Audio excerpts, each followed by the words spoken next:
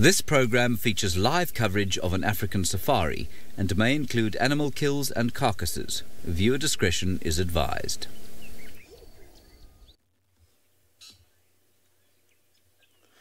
What a great sighting. I have got one of the largest land mammals. In fact, this is the largest land mammal.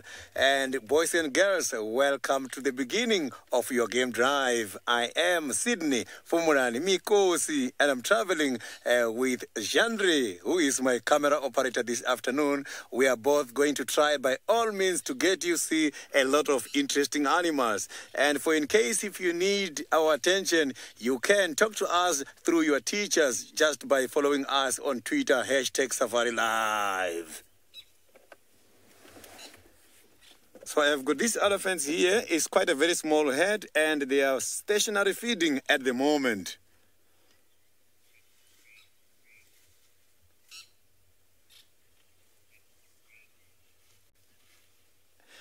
Trinity, we do have quite a lot of general game. Of the big animals, we have got the elephants, we have got the rhinos, we have got the hippopotamus, and we have got small animals such as the impalas, the duikers, and tall animals such as the giraffes.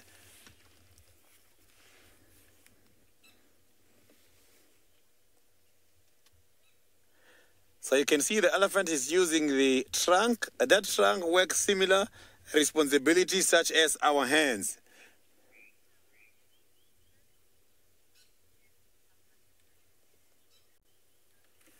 Jordan, I didn't copy your question very nicely. If you can repeat that. Do we have any herbivores? Jordan, I got your question from my camera operator now. It's a lovely question. The herbivores, we do have the herbivores in South Africa. The elephant we are seeing now is part of the herbivores. Herbivores are those animals who feed on this vegetation, both grasses and leaves from the trees. We do have a lot of herbivores here in South Africa. And apart from herbivores, we even got the carnivores and the omnivores, those that eat meat and those who feed on both meat and vegetation. So I can see that now the sighting of this elephant is slowly disappearing, and I want to give you the best. I'm going closer and see if we can improve this sighting.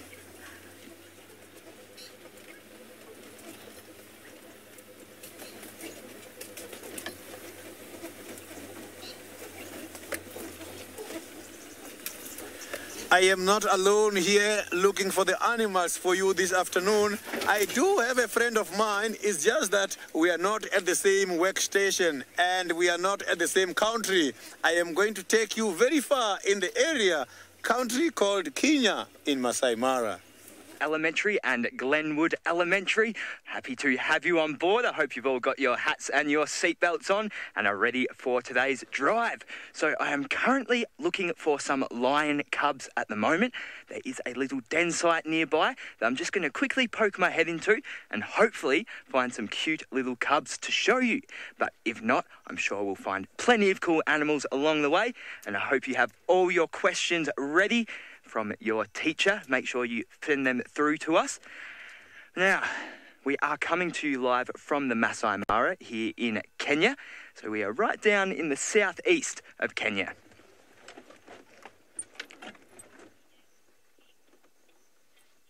Dentriel wants to know where lions sleep. Well, Dentriel, lions sleep everywhere. So they sleep on the ground, they'll sleep on termite mounds, sometimes they'll sleep on a rock, sometimes they'll sleep next to a river, but they do tend to sleep together. So you'll often find a pride, which is a group of lions, sleeping together, sometimes even cuddled up. Sometimes they'll even sleep on top of one another. So they sleep wherever is comfortable for them. They're obviously big predators, and so they're not really that scared of much happening to them.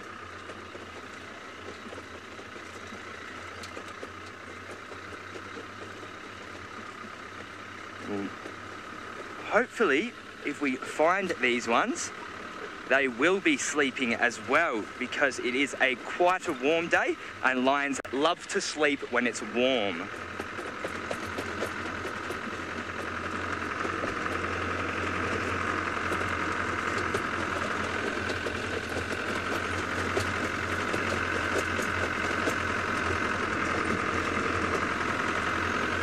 So I'm sure you all have plenty of questions to send through to your teacher.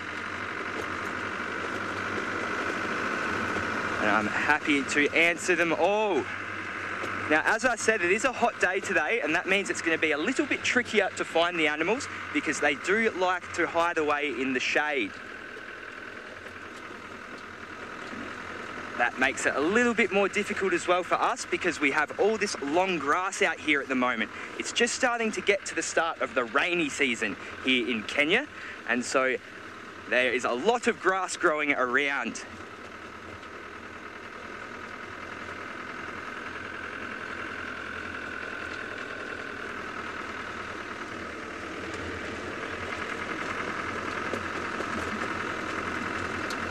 Well, I'm still not spotting any animals right now, so I'm going to send you back down to South Africa. Rusty wants to say a very good afternoon to you all.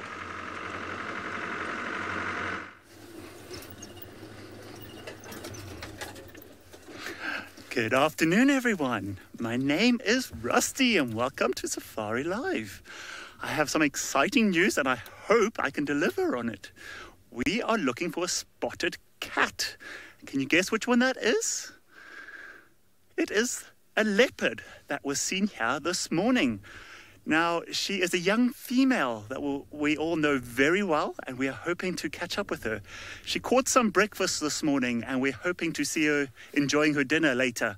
But the bush is very, very thick, and it's very difficult to see her. If you all know how leopards look like, they've got these amazing spots that makes them disappear in the bush very quickly. So as we drive around, we're going to see if we can spot her. Yeah. But yeah, we're hoping to find her.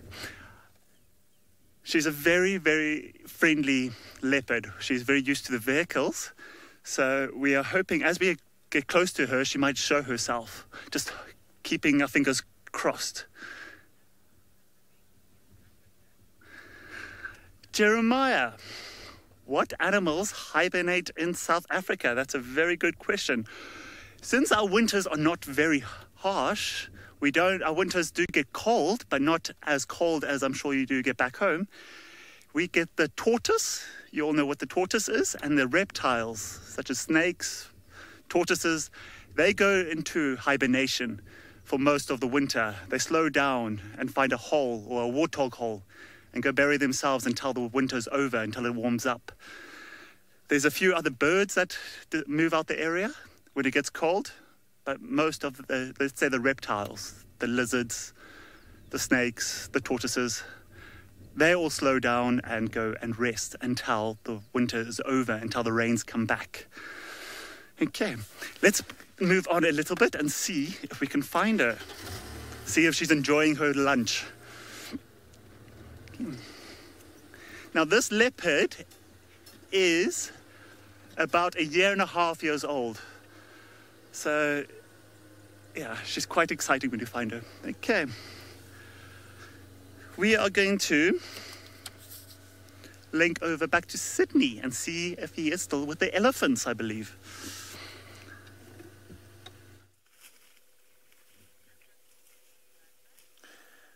So you can see I am here with the big ones, and these big ones are those who are pushing down these big trees which are much more preferred by the leopards to rest during the day when it's too hot sometimes. Kalamba is one of those who are still very young, not yet ready in order to take the food and hide the food up by these big trees.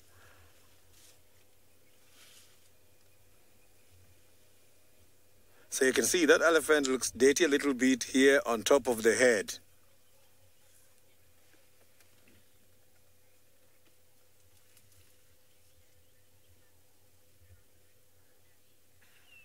Harvey, the elephants, they have got the long trunks. This is to do with their feeding behavior.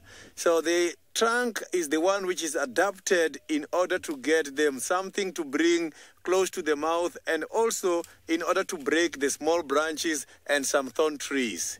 They use the very same trunk again in order to pick something from the ground and to absorb water when they want to drink. So that is why it has to be long. It can be up to 6 meters. That is very long. And it can be able to collect up to 8 liters of water at a time. So you can see that one of the elephants has got a broken tusk. The tusk, it also sometimes works hand in hand with the trunk. John, the tusks, they do work hand in hand with the trunk, mostly because they use the tusks in order to debark the trees. In order to get hold of the bark which is covering the tree stems, they use the tusk and take it out and take the inner parts, and that is what they prefer to eat the most. They also use the tusks sometimes when they're digging and for defense. Just like us, for fighting, we have got our hands and we use them in order to defend ourselves. So elephants, they use their tusks as well when they are threatened.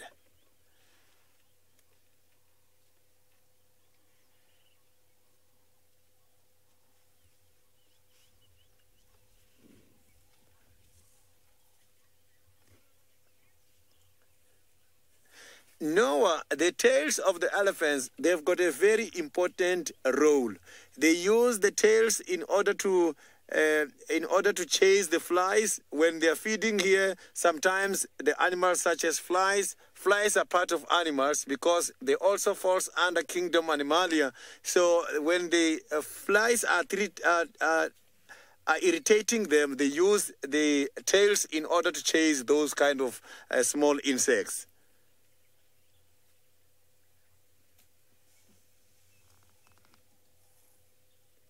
So you can see that tail has got a lot of hairs there at the tip. So the hairs is the ones that they are waving every time to chase away those flies.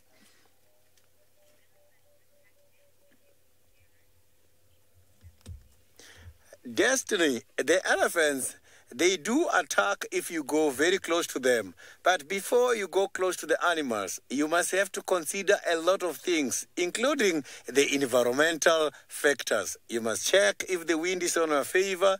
You must check if there is good available cover. You must also check if the animal has got babies or not, because when they've got babies is when they can be very much dangerous.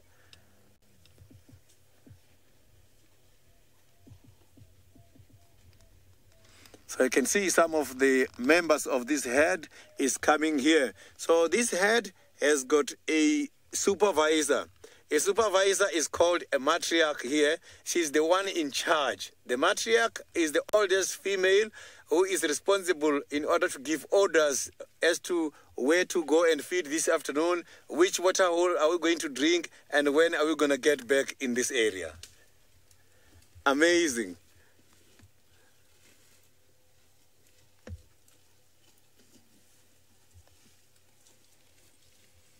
So you can see that one is dirty because elephants, they don't have sweat glands.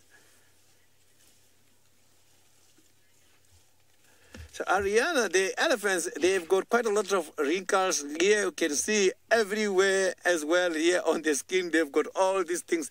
This helps them because they don't have a very smooth skin. But when it comes to the armpits, they are much softer than the other parts that we are seeing. That is why the animals or the small things such as the ticks and parasites can be able to get them from their armpits because it's softer than the other side of the body, which is too hard, where we are seeing all these wrinkles. So you can see that the elephant is visiting me. This is amazing. He's just standing here, not worried at all about my presence. So these animals, when I am seated here by the vehicle, it's difficult for them to judge if I am just an individual inside or part of the vehicle.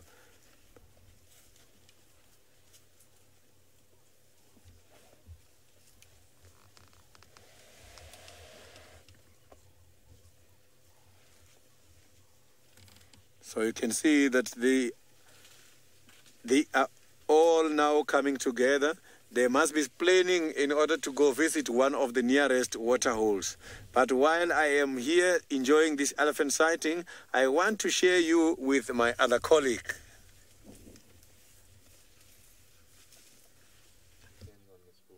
They're 4 to 6 years of age.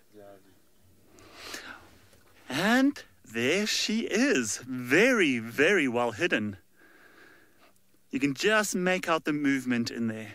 She's eating her breakfast she caught this morning.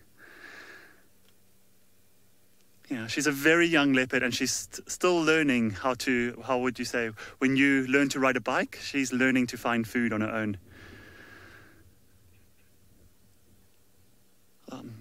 It's normally now she'll take the food up and hide it in a tree, because we have those very curious creatures that like to follow the smell.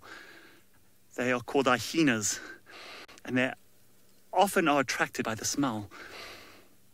So if one does come anytime soon, she might take her breakfast up the tree. She doesn't like to share. And she's worked very hard to find breakfast. As you can see, she's gone and took her food right into the shade where it's nice and cool out of the sun. Sean, can leopards be black?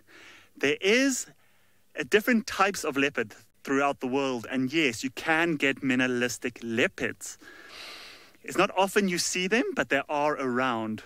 I'm not too sure of anyone who's seen one here, but in parts of Africa they have been seen. I would love to see one. Leopards with spots or without spots, I think they're very beautiful cats. Well, I do feel like we've caught her at the wrong time. Whoop.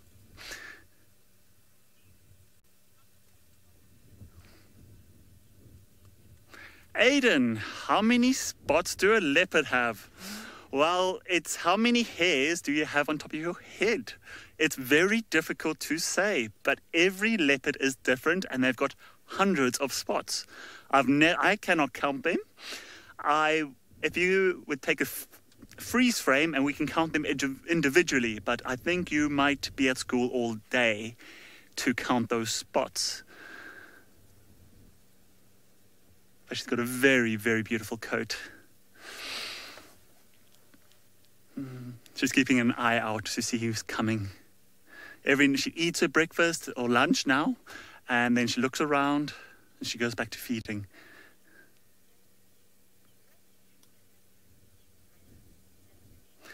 Destiny, what do leopards eat here?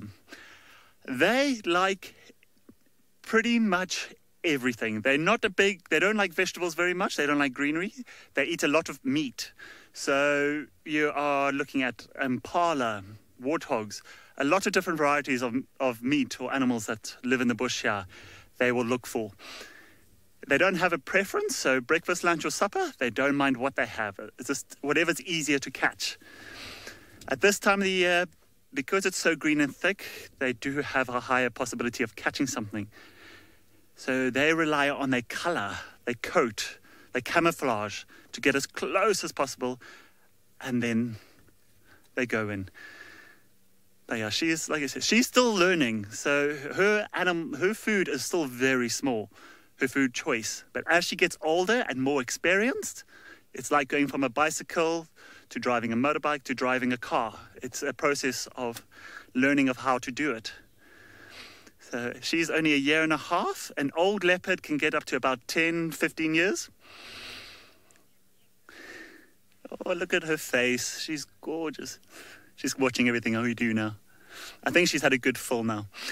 But yes, we are going to go over back to Sydney with the elephants.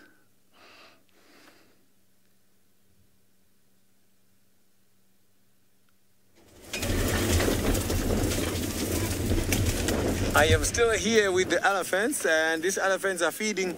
At the moment, it's drizzling. There's a little bit of shower here where I am. It's not too much. It's not bad, but animals are obviously enjoying it because it does help them a lot when it comes to the cooling of the body temperature. That is why we saw some of these elephants earlier full of dust and also the soil on top of the head and on top of their bodies is when they're trying to control the body temperature when it's too hot.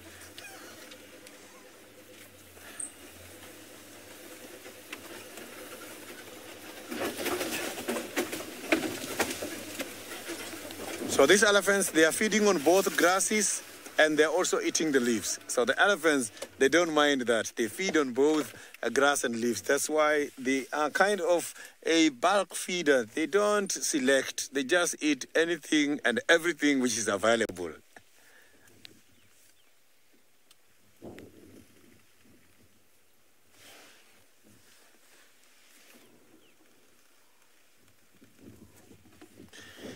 However, you can see these animals, they are so very much big. So the weight of the elephant after birth is about 120 kilograms. And the weight of a fully grown elephant is about 5,000 kilograms, which is equivalent to 5 tons. You can see these animals, they are so very big. And just the heart of an elephant can weigh approximately 27 kilograms. Intestines can grow up to 18 meters. So that is quite a lot. It's such a big animal.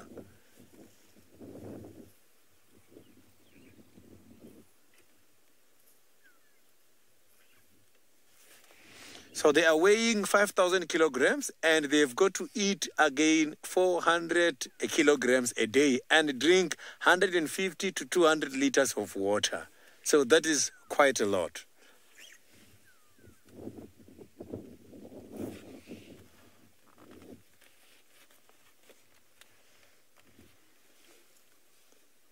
So these elephants are so very much quiet. But when they're quiet like this, it does not mean they are not communicating.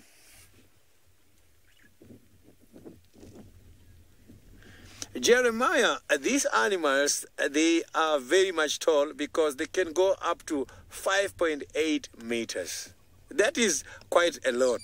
So you can see that these animals, the size and the weight, they are just big on everything. And their lifespan, again, is so very big. So there is quite a correlation between the size and the lifespan of these animals. So they can live up to 65 years.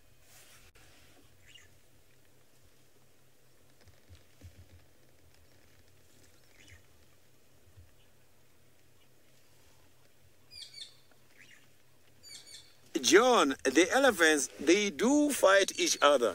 And how they fight is interesting because they push each other against each other's forehead. And that is when you will see the tusks working. And you even hear the tusks clashing. Some of them, they even lose their tusks when they're fighting sometimes. The fight amongst the elephants can be very much vicious because those tusks are nice and sharp and can easily stab the other family members or head members.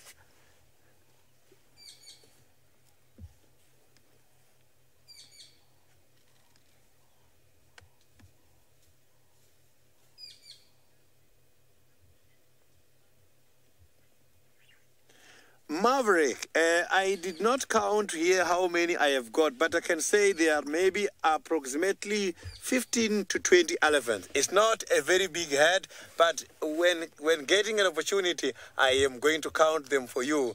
The elephants can walk in large herds. Sometimes you can find them solitary, just one bull walking by themselves.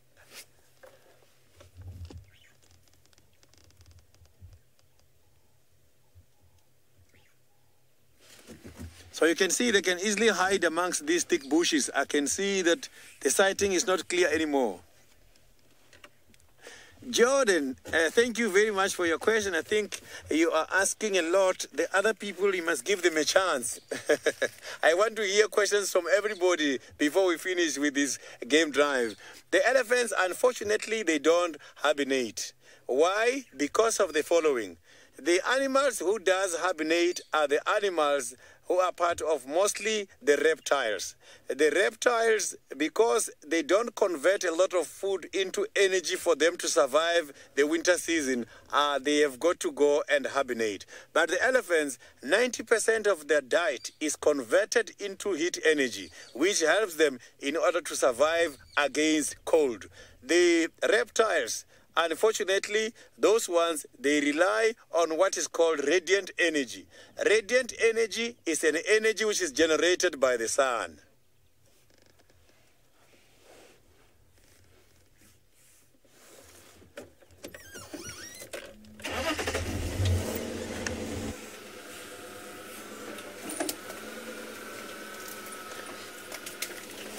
Rusty is so very lucky with the spotted cat, and I think it's important. It's important that I share. I give you Rusty so that you can see the beautiful cat.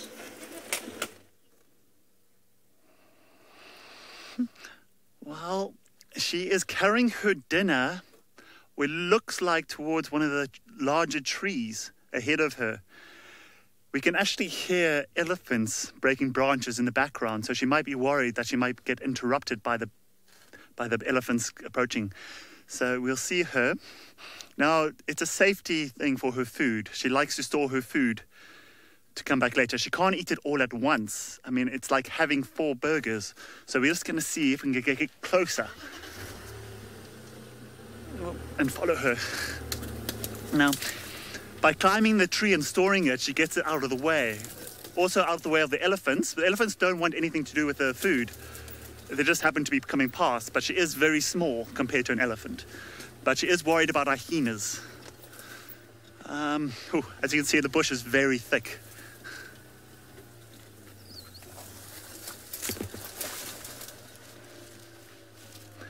Aiden, why do leopards run fast? Or how fast do leopards run? Leopards can reach a speed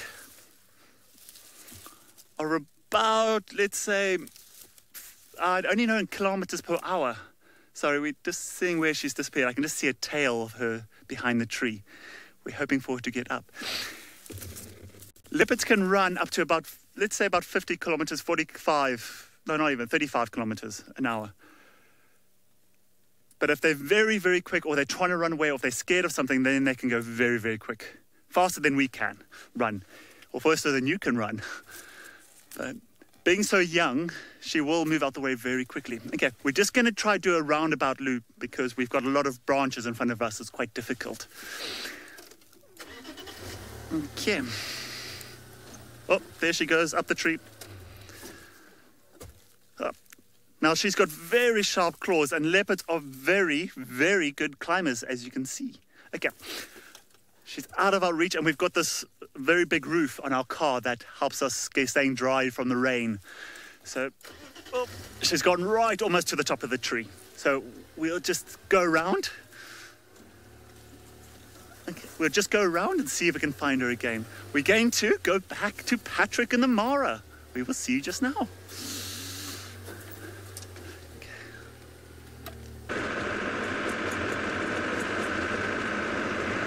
Isn't that awesome that you all got to see little Tralumba, our little leopard? I'm very glad Rusty could find that for you. Now, my cat hunt, unfortunately, just isn't going as well. I did go in and look at the lion den, but unfortunately, there wasn't any little lion cubs there. But my search for lions isn't over yet. I'm coming up a little bit further now to try and find a pride, which I just told you what a pride was, a group of lions, and they are called the Sausage Tree Pride. It's a bit of a funny name, but it does have a meaning. They really like to climb trees, and a specific tree that they like to climb is called a sausage tree. That's because it has these big sausage-like fruits that come down from it. And so that's why they got named the Sausage Tree Pride. And now, I did talk about trying to look in a den, and what a lion's den is where the lions will stash their cubs. So when the cubs are very, very young, they can't see very well, they sometimes haven't even opened their eyes yet, and they also can't walk or move very well. So they have to be really looked after and protected by their mum. So they will take them to a den where there's a bit of cover and a little bit of protection. So that's all I mean when I'm talking about a lion den. So if you want to find little lion cubs, you try and find a little lion den.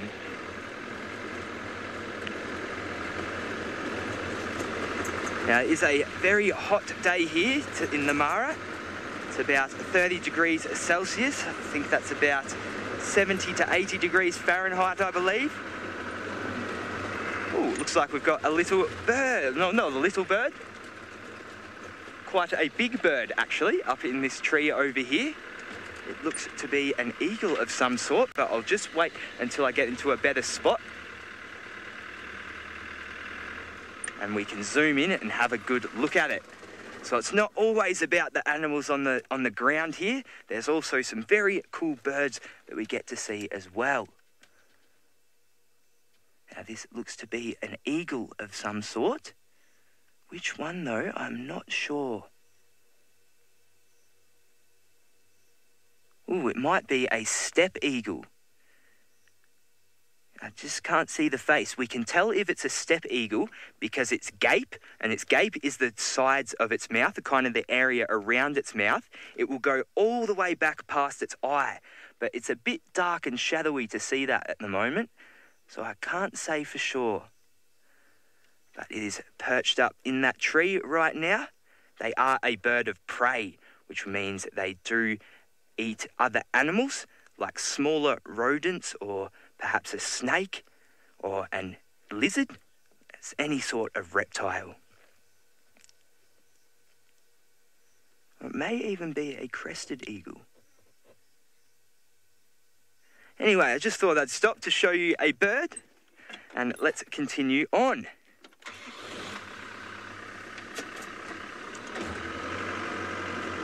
So birds have it pretty good because they get to fly around, so they can stay away from those bigger predators, although the leopards do sometimes like to eat birds when they are smaller, just like the little princess that you have down in Juma at the moment.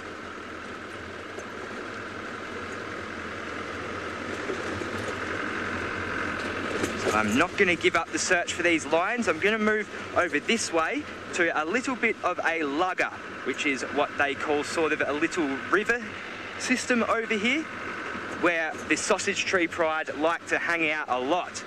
Now the sun is coming from that side, so I'll be looking for this from this side because they will probably be in the shade right now.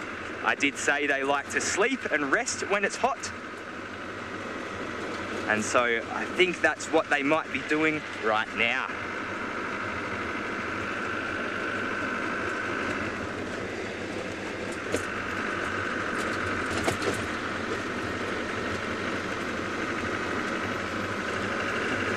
You can see in front of me here all of these mountains, and we call this the Olololo Escarpment. Okay. Well, I'm going to continue my search, but in the meantime, I'm going to send you back down to Juma with the leopards.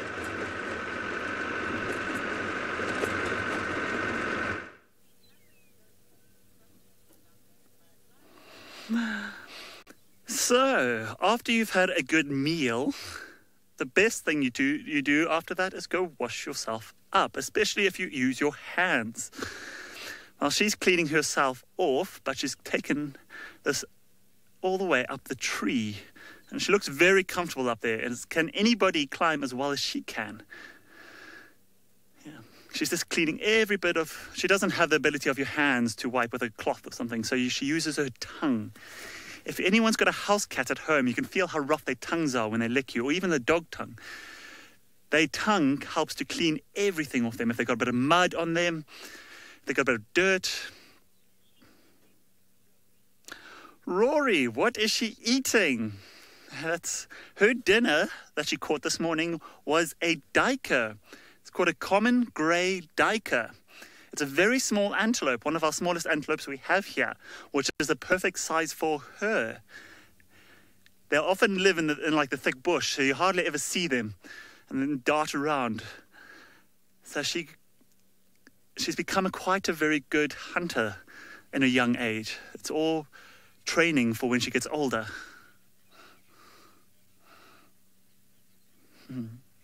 Now, she's got a very full belly, so she's actually storing her lunch there for later, so she could also have it for supper. It's like mum putting away leftovers when you don't eat the food.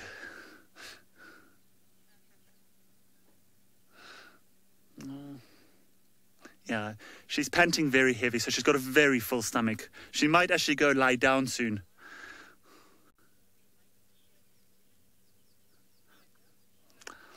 Michael, the question, why do they not like to share their food? Well, if it's anything to go by like me, I don't like to share my food because I'm hungry all the time and I've got a very big appetite. For her, leopards live mostly alone. So her survival is to eat as much as she can. She puts a lot of effort into hunting. So when she does catch something, she'll eat the whole animal to be able to survive, to grow up. She's still very young and she's got a lot of growing to do. So every meal counts. So by hiding it in the tree, she keeps it away from hyenas, from anyone who wants to steal it. If another older leopard comes, she could easily run away and leave it.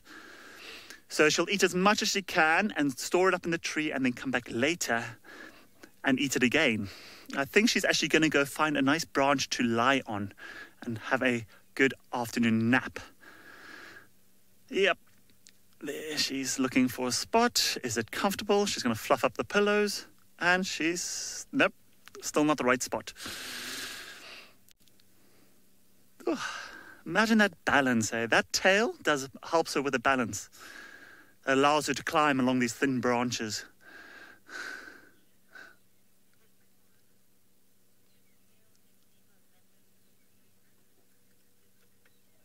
Litwan, if I'm getting that name right. The question, do male and female leopards look similar? Yes, they do look very similar. They all got the same spots. They're just slightly bigger. The males can be slightly to a lot bigger than females. This one's a very small female. Let's say a male will get probably, almost, let's put another like 20 kgs onto her, and that's how big a male can get. So it's she will only find a male later on in the next another year. She'll start looking for a male to create her own family. Oh, see, she got all 4 legs hanging over the branch, and now she is going to have an afternoon siesta. I do kind of get very jealous when they can do that. As you get older, you don't feel like climbing trees as much as when you're young. Talking about me, not the leopard. She's very relaxed. This is how we all feel after you've had lunch. Or after you've had a big meal.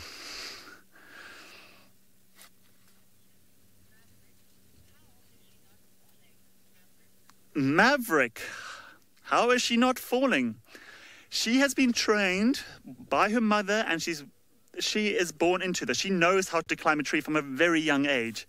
And when you know how to do something very well, if you look at a sports person who does athletics, who knows how to jump higher they have all trained, and over the years she's become she is naturally a very good climber. Leopards are very good climbers. So by having sharp claws, a good balance, and a good strong tail, it helps them to balance on these trees. And as you can see, she's lying right in the middle of her stomach, so it helps to find some balance. But yeah, she's very comfortable. She's even got her feet rested on a branch in front of her.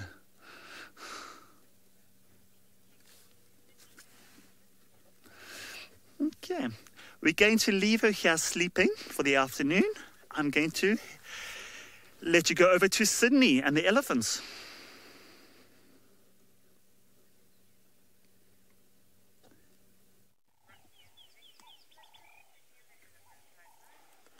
You can see that the tusks on this elephant has been working a lot. You can see they are broken.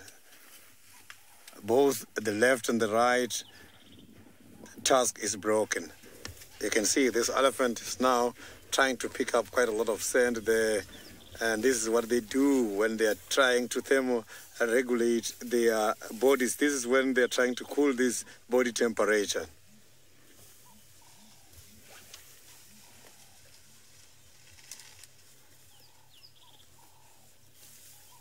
So you can see that they are also blowing this dust on the side of the face where you can see some black markings. So those black markings are a very good sign when the elephant is having a stress. If you look at the elephant and see some kind of oil coming out, keep a distance.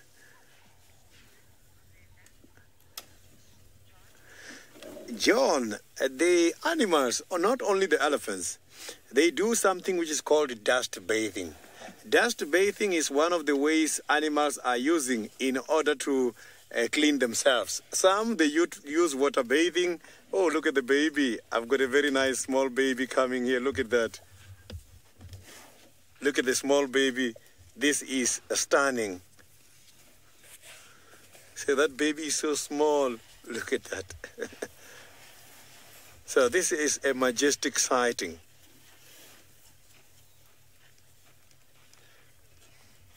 So I can see that the one standing in front of us must be the matriarch, because everyone is coming close to her. All these elephants here, they are just coming together right with this beautiful female in front of us. This is an amazing experience.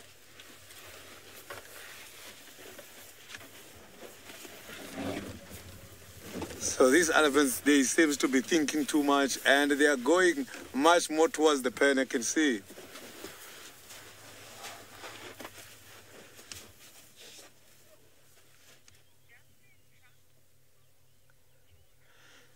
Jordan, the trunk, they grow. You can see from that little one that the trunk is still very small, and as they're growing, the trunk is part of the body parts. It also gets to grow. This is an amazing sighting. These elephants came all the way from that side to come and greet us. They are just right here. So now let's leave the elephants who are bathing now next to me on the road and go to Patrick, who is lucky with something. These elephants are just here to do the dust bathing. Look at that. Yes, Sydney may have had the heaviest mammal in the world, but I have the tallest. This is the Masai giraffe. We are in the Masai Mara, so there's no guessing where it gets its name from. But this is one of the 4 species of giraffe that we have in the world. And this one is the tallest. It can reach up to 20 feet high. Now, I don't think any of you could jump that high, could you? It's a very tall animal. It's a very beautiful animal as well. I'm not sure if you would have learned scientific names of animals yet, but animals actually have 2 names. So they have their normal name. So for this one, it's a giraffe, but then they also have a species name. And this one is Giraffa tippleskirchi. So it's a bit of a mouthful. They're often quite a lot harder to remember than the normal names, but they are out there, and you will probably, if you ever want to learn about animals when you grow up, you'll have to learn some scientific names. So you've got to be prepared for that. Now I'm just going to move up a little bit further because we're starting to lose it over this little horizon bit here. Giraffe are very cool animals. Of course, with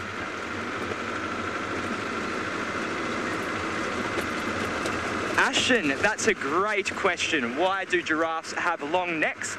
Well, they have long necks because they feed on the treetops. So, if we have a look at this tree in front of me here, we can see that the leaves and everything that we might want to eat is very high up, way higher up than any other animal can reach. So that's why they have these long necks. It means that they don't have to compete with all these other animals to get to the good bits of the tree. So that is all from evolution. So the evolution of animals, it's all in response to what is happening around them. Just like with the giraffe that grew a long neck so it can get up into the treetops. And now we can tell how old a giraffe is by how dark its spots is. Once it starts to get to about 7 years old, the spots will start to darken. And we can see this one has pretty dark spots. So we can assume that it is over 7 years old. Well, I'm glad we could show you an animal here in the Mara before we close this drive. Thank you all so much for joining us. I'm glad you got to see elephants, leopards and giraffe. I bet it was a great drive. I hope you all learned something, and we hope to all see you again at some stage soon. Thank you very much for joining us, and have a great evening.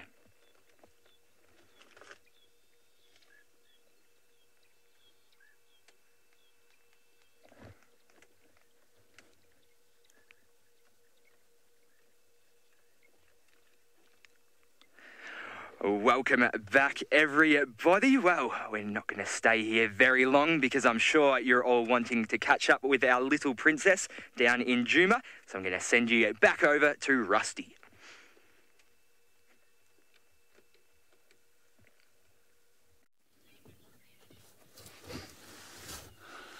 Good afternoon, everyone. Guess who we have here? I think she needs no introduction, but for those who are new to Safari Live, we have Talumba.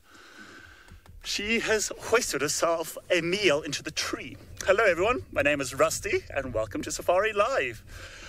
It's been a very interesting afternoon so far. We did have a school chat earlier, and they were very lucky enough to start off with her. We did watch her hoist the meal up into the tree to store it. There was a bit of an interruption with some larger mammals around here, what we all know as elephants. So I think she became a bit skittish and hid it up in the tree. Now she's taking the perch and admiring her homestead.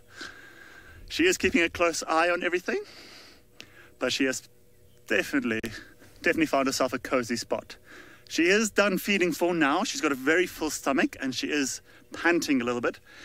Luckily for her, the weather is holding out and it's nice and cool. It's been very overcast most of the day. This is the clearest it's been. Although there is a bit of cloud, the sun's just disappeared, which is a big relief. But it's very easy on her. She's got a very nice perch there. I actually would like to join her and see what she can see from up there. Definitely a better advantage from us.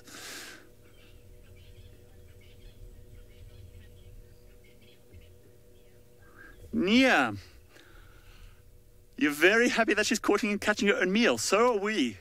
They actually saw, if anyone was on line this morning, you would have seen her. They caught a bit of it on camera, and it was very exciting for everyone who got to witness it. She's growing up very quickly. I am so happy. This is the first time I've seen her.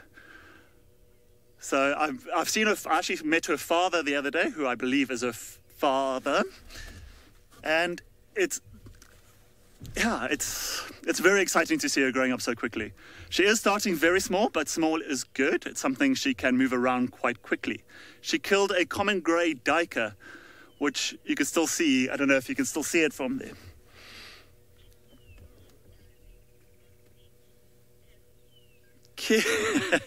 Kim, I believe. Is Rusty driving Rusty? No, I am driving Wendy. I think that was too much of a cliche for one afternoon to put me onto Rusty. So no, there is a vehicle, for all those who don't know, that there is a vehicle called Rusty here as well. So it does create a bit of a confusion to when Rusty is called out at any of the meetings to, I am Rusty the person or the man, and there's Rusty the vehicle. There's a lot of people getting used to the name right now, but hopefully in the next few weeks, we'll know who's talking about what.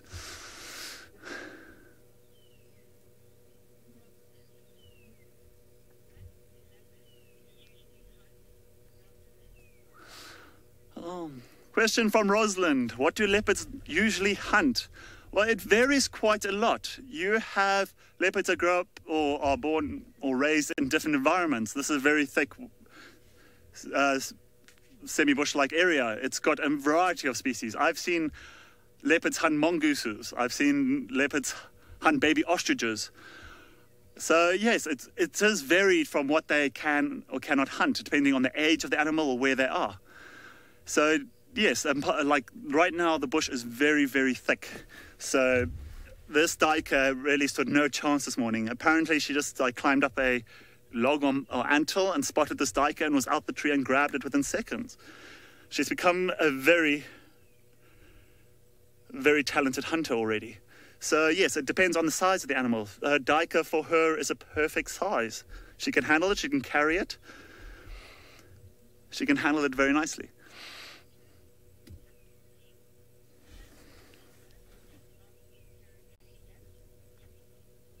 Tweety, has Talumba picked up a territory yet? That is, no, she's still roaming around. She's moving quite a bit. She's sticking to one of the areas for the last week, but she does move around. She's still too young to establish a territory, and it's only until the adult females, when she'll start feeling pressure from the adult females in the area, to move off. And when she comes into season and a male starts seeking her out, she will have to go find a different territory. We are hoping she stays in the area. We are hoping very much so, but we can't control them, and we do wish her the best of luck wherever she ends up.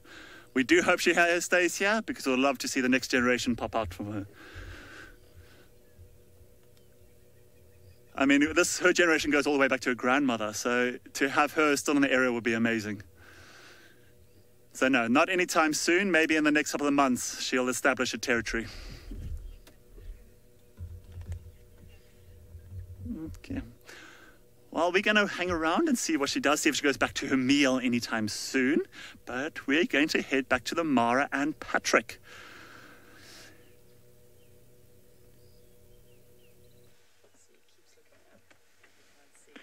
Yes, we have some scavenging going on right here. Let me tell you, the smell coming off this thing is definitely unpleasant, but still a cool sighting nonetheless. So we can see there's a few hyenas and a lot of vultures here taking the remains of this buffalo carcass. Now, I did come and check up on this carcass a few days ago when it was much more intact. It was a kill from the Sausage Tree Pride. And now it is left for everyone else to enjoy, if you want to use that word. So hyenas, of course, do have those very impressive digestive systems that can take just about anything. So that is why they can feed on this rotten carrion without getting themselves sick. They'll also be able to digest the bones as well. So often you'll see white scat when it comes to hyena, because of all of the calcium that they are getting from these bones. Linda says, ew. Yes, ew. I definitely agree with ew, but this is nature. And, you know, the circle of life and all that. So I think I'm going to move out now because the smell is starting to get a little bit unbearable, but just thought I would stop in on the way to show this, well, feeding frenzy. Yuck. Sorry, everybody. I'm just going to gather myself here.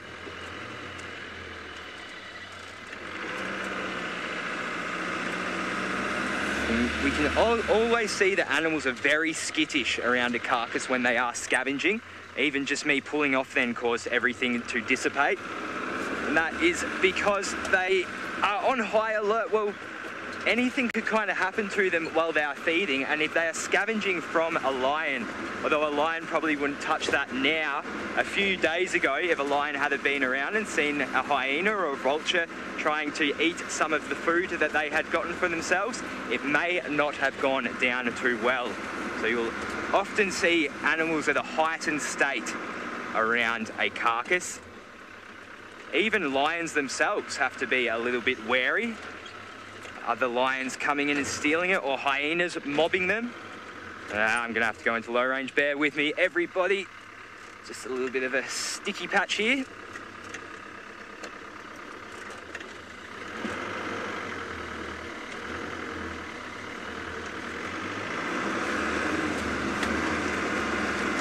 Daniel, that's a good question, why there weren't any marabou stalks at the kill. Every carcass I've actually been seen whilst out here in the Mara has had at least 1 or 2 marabou stalks cruising around. So I don't actually know why there weren't any. There may have been a couple. I didn't look completely around. I was a little bit distracted by the smell.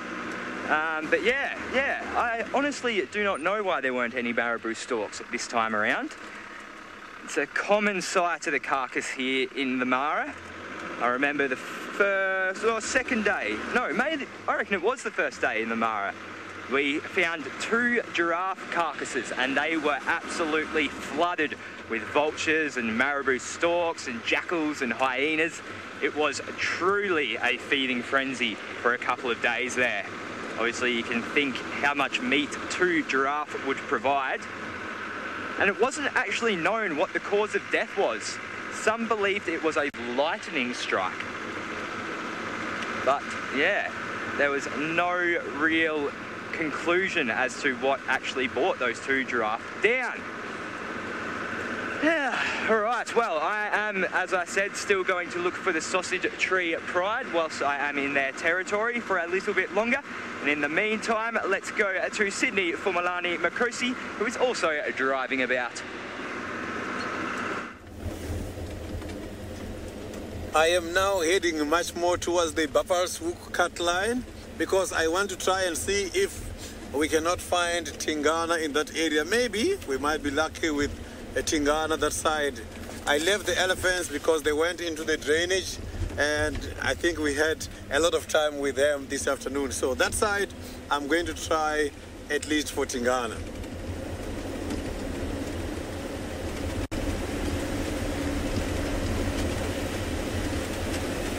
So the last time Tingana was spotted, it was somewhere around the Buffalo's Hook.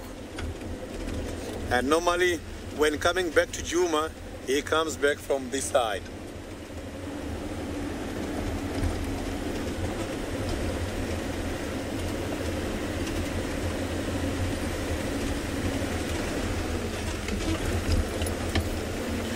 So I must have to at least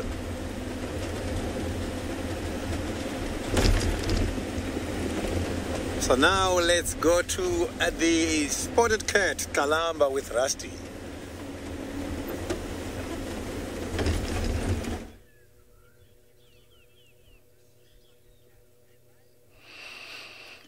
I believe there's that saying, leave spotted cats lie, or something like that. I probably got that all wrong.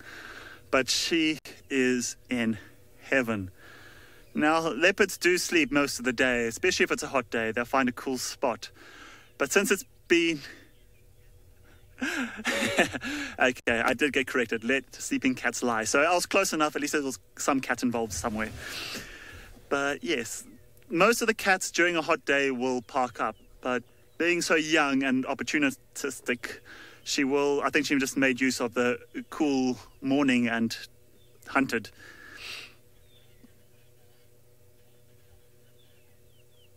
So yeah, she's very, very relaxed. She's got a full belly. The sun's starting to come up just behind her, so that's why she's a bit backlited. Okay.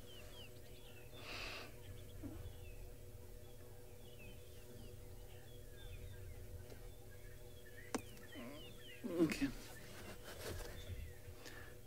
Yeah, she's... Sorry, I lost comms for a second.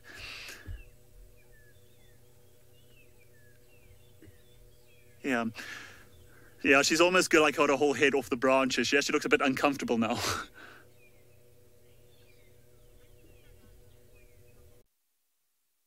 We got a question from Never Too Late. Did Kalamba hoist her own kill? Yes, that is correct. Yeah, she did. We watched her briefly. She did. She dragged it from about 40 meters away from the tree. There was a bit of movement of elephants in the area, so I think she just got a bit nervous of that and then decided to hoist it up. And I think she just also wanted to rest without leaving the kill. So yeah, about, let's say, half an hour ago, she decided to hoist it up there, and she did it like she's been doing it all her life. It's a natural instinct to do that. It was she didn't even look like she hesitated for a second. But I think she's watched it and done it many times. She looks like she's stored in a very safe position, very high off the ground. Yeah, I don't think she's going to go back to it anytime soon. She looks very comfortable and very full. So, while she's taking a nap, we will link you over back to Pat in the Mara.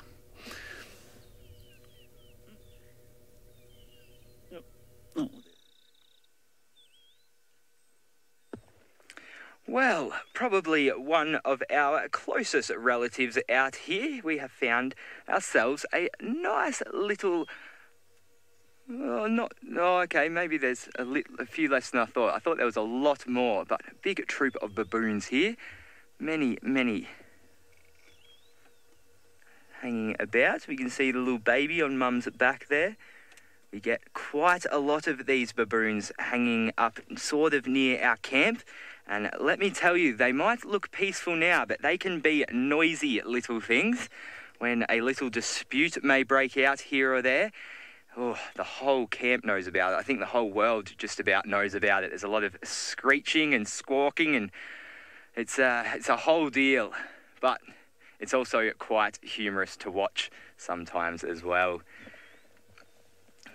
So we did have a better view of them sitting up on the termite mound before, but they seem to have gone back into the long grass. They are quite skittish around humans. Bolter is saying that he is happy to see some baboons. He hasn't seen them in quite some time, so I'm very glad we could show them to you. They were just kind of sitting off the side of the road here, and I thought it would be nice to stop and just have a quick look at these primates. Of course, in the same order as us, which we don't get to say much for many animals out here. Different to the baboons we get down in Juma. I actually haven't seen much of the baboons in Juma. We do see them a lot more up here in the Mara, and less monkeys. Obviously, we have the vervet monkeys in Juma as well, but there is a species of monkey here, but I just haven't seen them yet. I've only seen the olive baboons. Now, I am still looking for the sausage tree pride, and there is some food around as well. We've got a nice herd of impala on the side of the road here, grouped together very tightly at the moment. It's actually a pretty cool sight. They're all kind of up on the termite mound right now. Perhaps they've spotted something. I do actually see something running in. Hang on, I'm just going to get up the hill a little bit. Sorry about this. So they have seen something, and I just saw something running a bit further away, but I couldn't really make out what it was.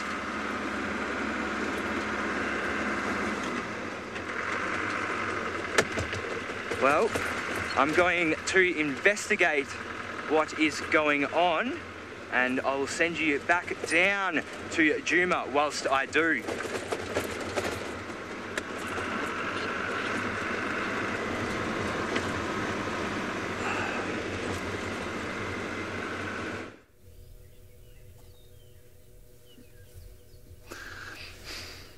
Well, with a full stomach like that, she is not moving nowhere.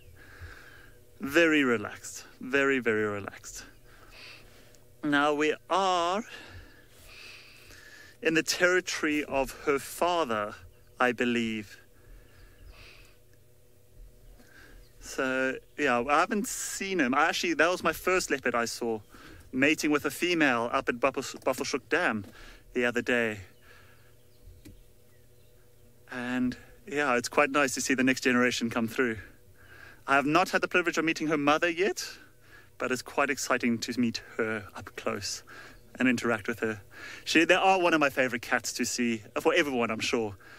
I mean, they're so secretive in a lot of places. So secretive and shy and so hard to see. But I suppose once you pick up a routine and find the territories, then you get to know them.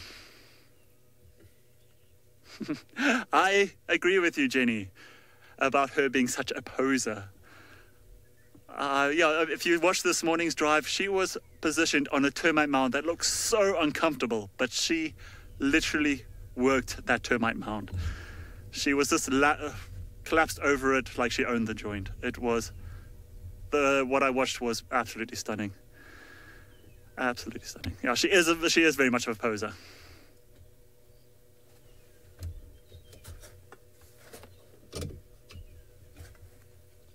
Yes, copy that. You can make your way.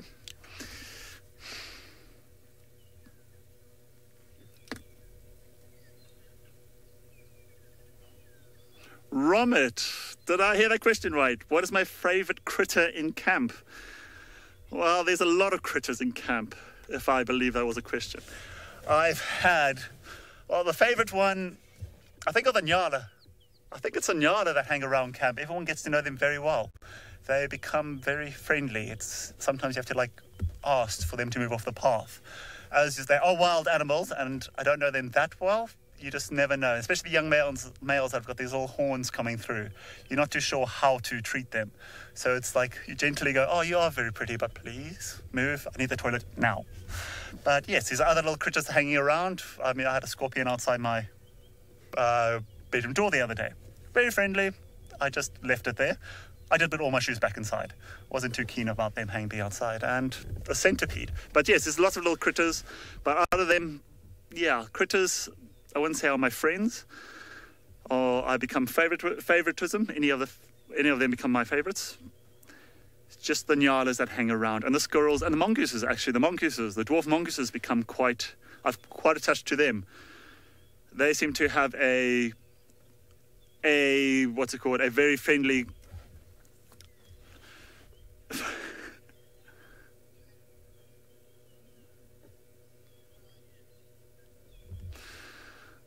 Sorry, I got distracted there. Harley, sorry, can you repeat that question, please?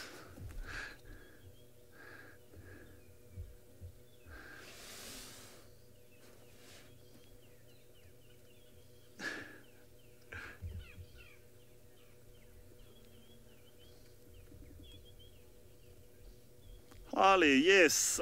Do captive leopards try and hoist their food? I have seen it in larger leopards. Are either problem leopards that have been put into captivity because they cannot be released, or hand-reared leopards in orphanages. I have seen them in larger areas where have got larger trees in the enclosures. I have seen them carry their food up trees. So it's a natural instinct. Obviously here, because of the amount of predators on the ground, they will pretty much straight away move their food up into a tree. But in areas where I used to work, we didn't have a lot of predators on the ground. We had the one pair of lions. We had a few hyenas, but not many. And we found a lot of the leopards feeding on the ground. They just dragged it to a very secure area under a tree, under a bush, and they fed there. But I've noticed from here, and what I've been learning and what I've heard from everyone, that most of the leopards here do hoist it very quickly. You all know the Juma hyena clan that hangs around here. They follow the leopards. So being a wise leopard, and I'm sure she's learned a lot from her mother, pretty much as soon as she's killed something, get her up the tree. She did eat a while since this morning. She had the kill on the ground, but I think because the bush is so thick, and because it's such a small animal, the smell didn't carry very far. But I'm pretty sure in the next hour or so, we might have a visitor from a hyena. Because as we drove up, we could smell it. And if we can, I'm sure the hyenas can pick it up. Oh, look at that paw just rocking in the wind.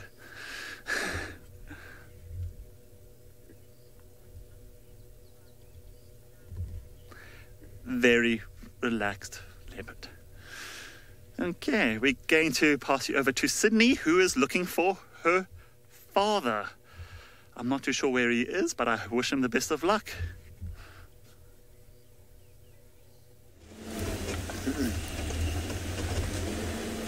I am now trying by all means to get the tracks of Tingana. I found the tracks by the main road, Buffalo-Cut line, entering towards our property. So now I am trying to check here if I'm going to pick up the tracks and keep following.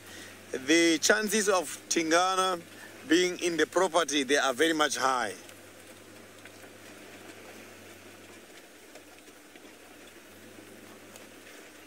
So those tracks, I saw them coming in here by the fire break. I want to see where the tracks are joining the fire break in order to enter the property.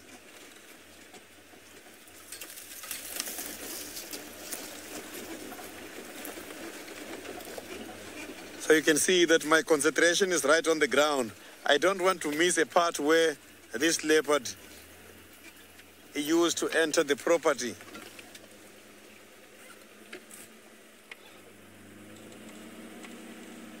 And there were also baboons here in the area. So sometimes the baboons, if you see their tracks, they do confuse with some of the cats by the sand.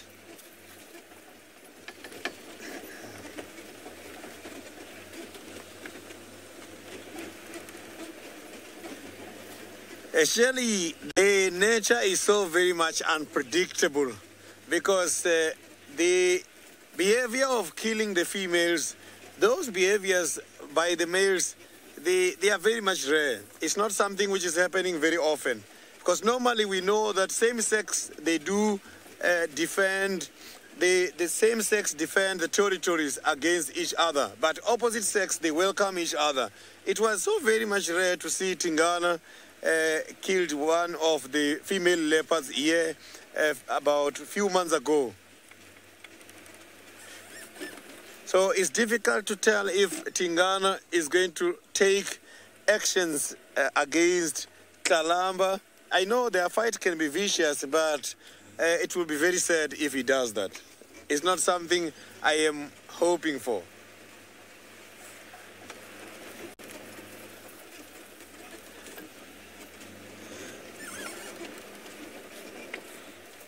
So here I have got the hyena tracks as well on the road here, but still I cannot see where Tingana came out from the main road, but the tracks are heading towards this fire break.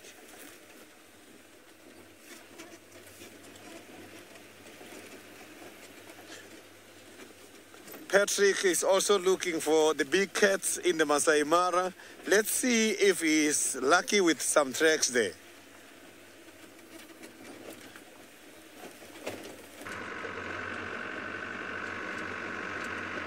Well, that was a little bit of an intense moment, but nothing has really come from it. So it wasn't actually the impala that I thought were being chased. There was a topi that was right down kind of the hill, and it was sprinting.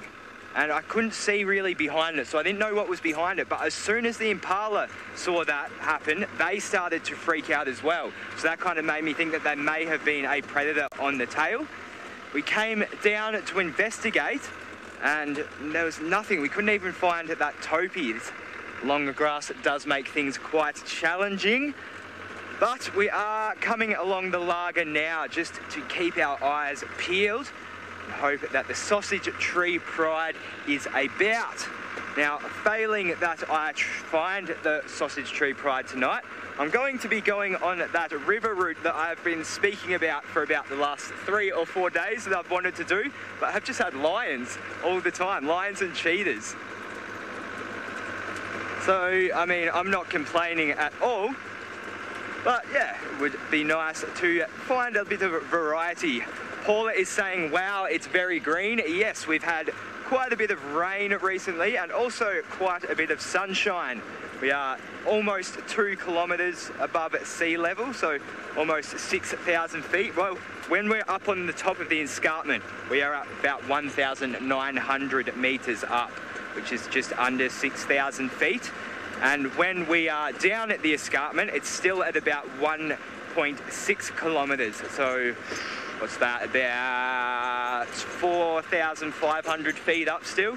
So we do get the intensity of all of the weather. When the sun's out, the sun is shining. When it's raining, it rains hard. When it's cold, it is cold as, and when it is warm as. Please excuse me again, that was Australian language. We just drop what we're comparing it to. So if we're saying it's hot as, it just means it's really hot. It's not hot as anything, it's just really hot. So it sounds a bit lazy, and I do apologise for that. I'll quite often be speaking to people not from Australia, and I'll say, "Oh, that was it was hot as today," and they will be sitting there waiting for me to finish my sentence, like, "Hot as what? Hot as what?" So I apologise for that. Still looking for the sausages. It's been ages since we've seen them. It's been at least a week since I last saw them. Everyone is really hoping that I do find them here in this lugger. It is definitely the best place to look when you have no other leads when it comes to the Sausage Tree Pride. So I haven't really heard of their movements over the last few days. The last time I actually saw them was when they were with that carcass that I showed you earlier. So when we don't really have any leads, we always come to this lager to check because they do like to hang here quite a bit. Actually, the first time I ever saw them was probably about, maybe just over 100 metres, about 300 feet from where I am right now. And I've seen them plenty more times within this general vicinity. Of course, everyone would remember when I joined the Marshmallow Club, and that was just over there as well when I found the Sausage Tree Pride. So we are well within their territory, and it was a hot day today, so they do like to come here to rest, although it is starting to get overcast now. Not really looking like it's going to rain, but it is providing a little bit of refreshing cover, which may also bring out the lions.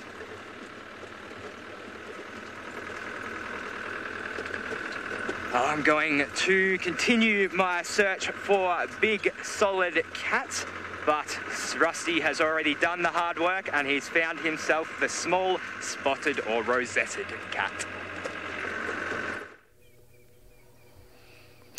Well, good luck, Pat, with the big cats. We will stay with this big cat. Although she is still very young, she is still an impressive size. Definitely bigger than your average house cat. As you can see, we did not change position. She did. I don't know if I should take that as a rude sign when she turns around and shows us her bum. But yes, with a full stomach like that, it can't be very comfortable to lie in the same spot. Oh, that sun is a bit harsh. You can just see the kill to the right-hand side, exactly where the sun is. Right?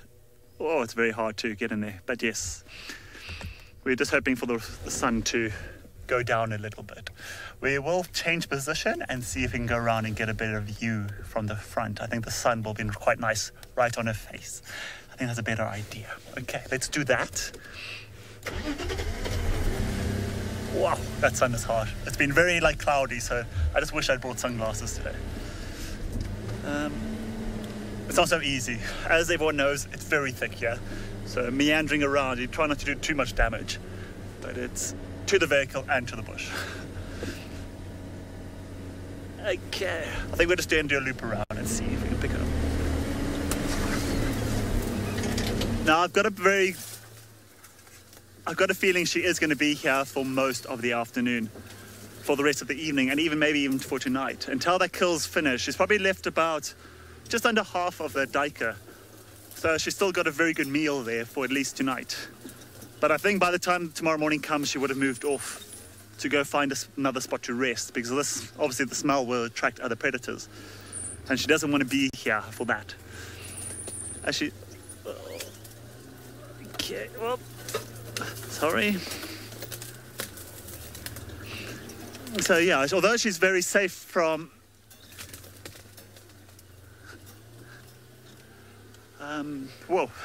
yeah, she's very safe from hyenas, but lions, this is actually one of the easiest trees to climb if a lion came to their area. Lions are not the best climbers, but I have seen them climb very small trees to get an easy meal or steal it from a leopard. So if a lion does pitch up here, I hope she does get out in time, or else she's going to lose her meal or even her life if she hangs around. But I'm pretty sure she's smart enough to go to this age, and I'm pretty sure her mum has taught her well.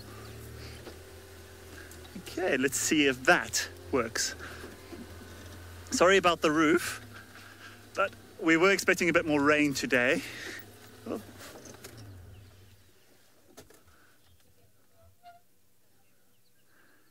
Chimera, would Tundi steal her kill if she came along? If a lot of you will know, but Tundi is her mother. Nobody has seen her recently, but yes, if she does come along, I believe she will steal it. Whether she's going to be accepting of Talamba in the area or around about, I'm not too sure. She's at an age where she should be independent and should theoretically be an adult leopard.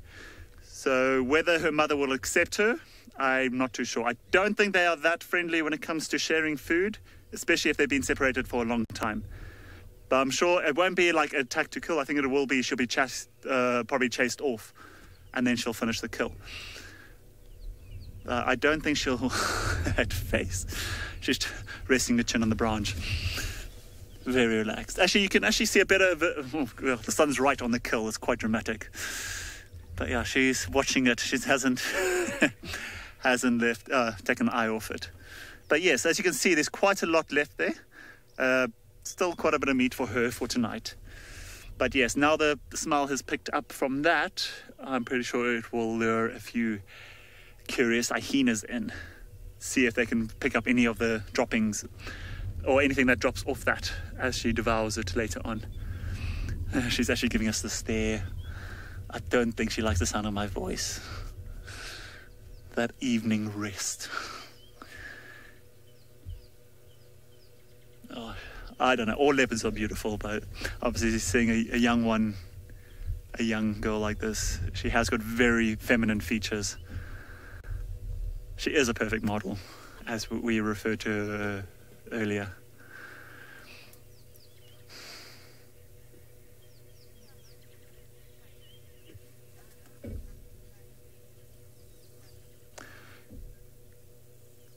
Colleen, will Talamba put up a fight if Tangana stole the kill? That is no, she will not stand up for that. If her father pitches up or another dominant male or a male pitches up, she has no chance. She will get out the area. She won't hang around. She knows how old, she knows her ability right now, and it's not to take on any male leopards, let alone her father, who is a massive, massive male and a very big territorial male in this area. So I would rather say no. She will get out the tree and head away. She will not take on any other leopard, especially at her age. There won't be any younger leopards around that I know of that will come in, but any other male leopards she won't take on. She will move off and leave the kill. It's too much of a risk. I'm hoping she's smart enough to know that, and I believe she will just disappear. But she's had a good fill, so she's not exactly going empty. If something does disturb her and she has to leave, she's had a good fill of it, so she's done well. Done well. As you can see, I think she is quite content with life at the moment.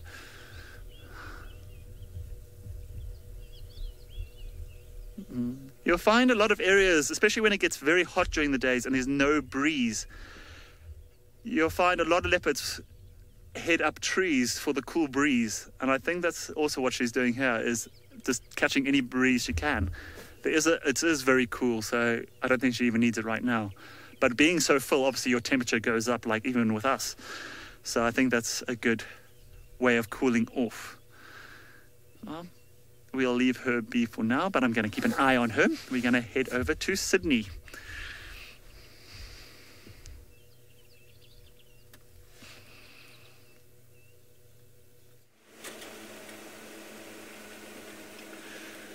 I am now driving around the block because the tracks, they have entered the block, but I cannot see if they come out of the block to this side. So I am now looking for the tracks here around the Viotlapen and the Galagopen area. Maybe we might be lucky in that area.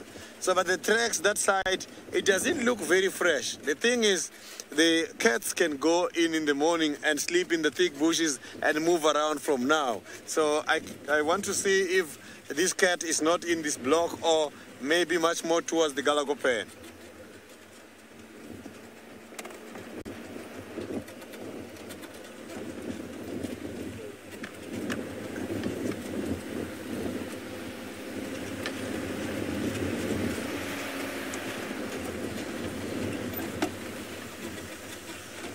No dung beetles at all. The droppings are just unattended these days.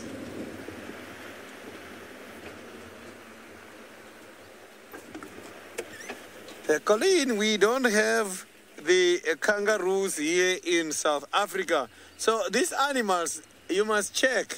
The animals, they are adaptable to live in different areas. So it means the area where we are in South Africa is not adaptable for them.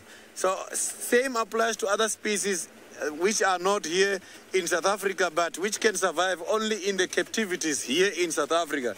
So I'm very sure that the kangaroos are not here because the areas here where we are is not adaptable to have the kangaroos.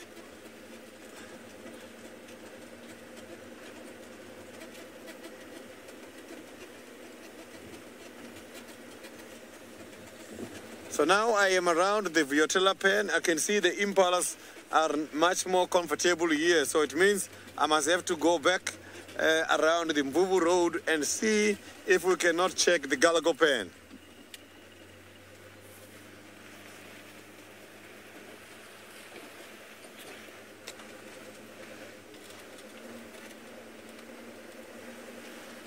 So this is the block the tracks are heading to. So normally, when coming from this block, they drink here by the Galago pen, by the Viotella pen. The problem with leopard is that they are opportunistic, and sometimes while walking around, if they see something, they get fascinated and attack.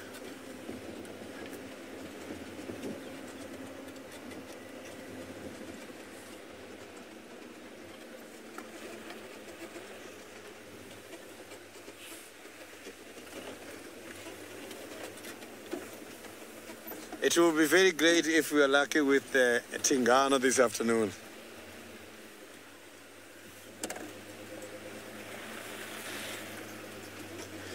So now I want us to go to the Masamara and see what Patrick is having at the moment.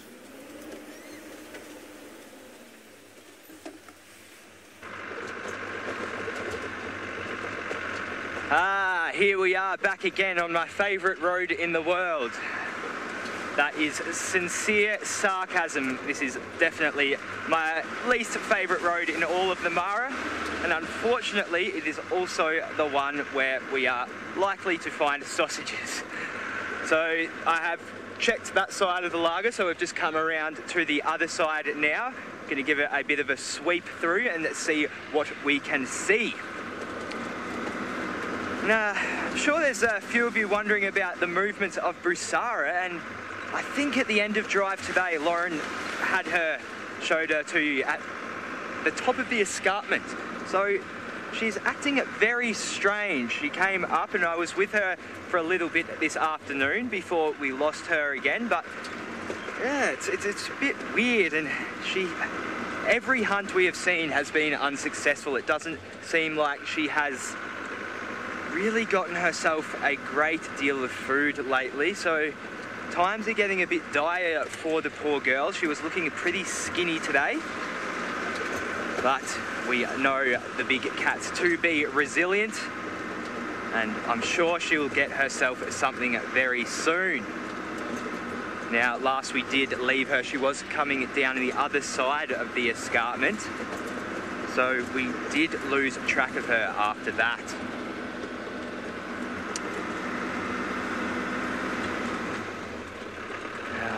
Just keeping a close eye out.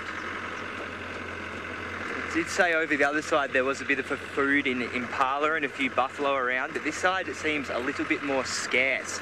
I've only seen a few alleys, which I don't think would tempt the sausages.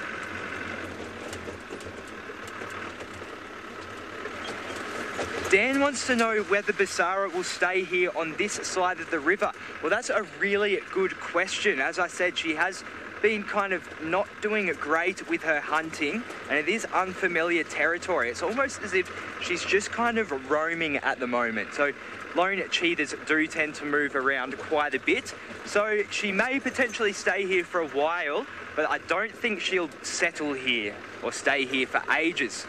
But it has been good to have her close to where we have been and just being able to keep tabs on her and really you know, get to know this cheetah. It wasn't something I was expecting to do here. I was expecting to see cheetah, but I wasn't expecting to spend just so much time with them. So it's been a real blessing to have her around and see her movements and yeah, just get to know her. Of course, she's still nursing a little bit of an injury to her hip, which is unfortunate, and I think it's also contributing to these failed hunts. I do know cheetah are a little bit better at hunting than lions. They tend to be a little bit more successful, so it is unfortunate for poor Busara.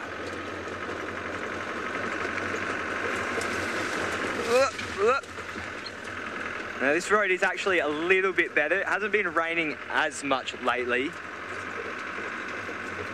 Vincent is saying the sky is so pretty. Well, Vincent, you make a very valid point. Let me stop for a second. Let's have a look at this beautiful, beautiful moment here as the sun is just piercing that cloud over the escarpment here, sending out a golden, golden ray of light.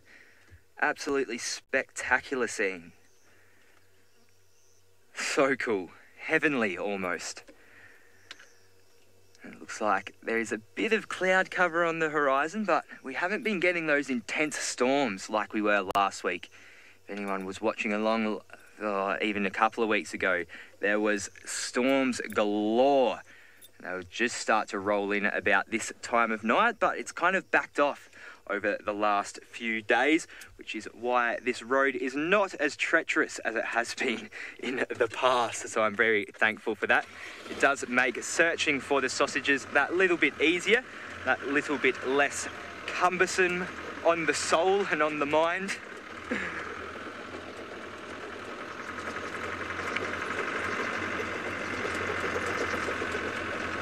Well, still going to continue this search for a little bit longer, for at least the length of this lager. And I'm going to send you back to Rusty and our Princess Tlalamba.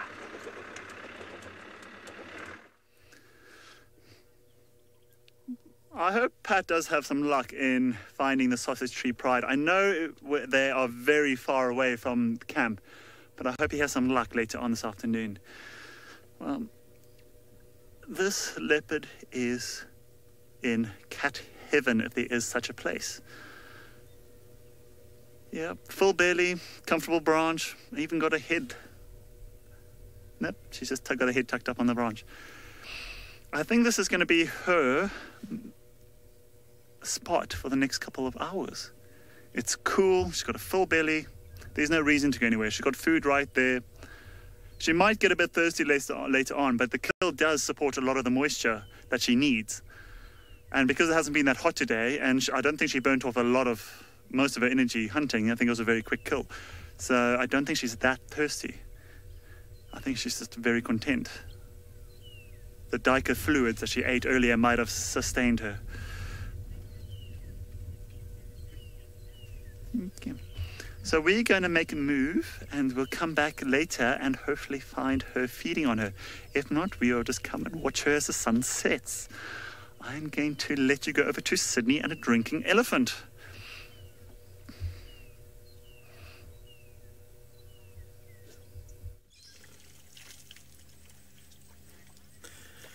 You can see it's time now for these floppy ear elephant in order to have something to drink. These elephants, they can drink twice a day sometimes, a lot of water in the morning and again late afternoon.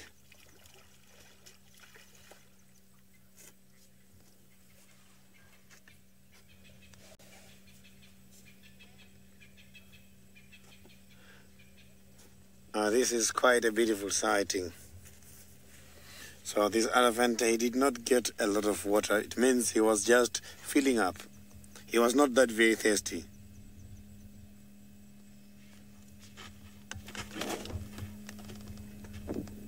You can see all the dust coming out there from mud wallowing and from all the dust that he has been using in order to bath. So the elephants, they eat grasses, yeah, they eat leaves, but they concentrate much more on leaves of the acacias and the spine trees, because the acacias of Vachelius and the spine trees contains 8% of proteins, which gives them good energy. Grasses only contains 4% of protein. So they have to balance and make sure that they concentrate on vegetation, which has got quite a lot of energy for them.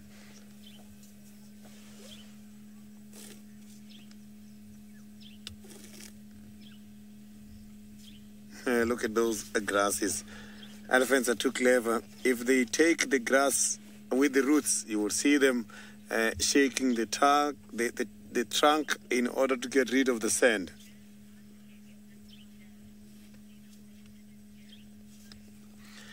This one, according to my camera operator, Jandre, is floppy ear. It doesn't look like Daryl. It's not Daryl.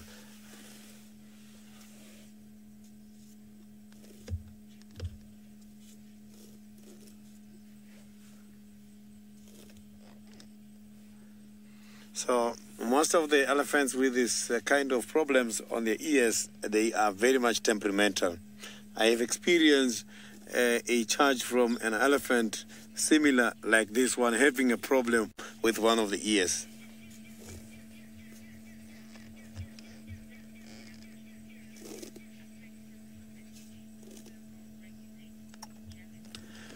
Janet, that is a good question. Indeed, when the elephant has got a broken ear or a problem with the ear similar to what we are seeing now, it doesn't give them a better chance in order to flap ears to cool the body temperature. It does have a negative impact on that. You can see every time moving the ears for that, but those ears can not be able to get quite a lot of air in order to cool the body temperature.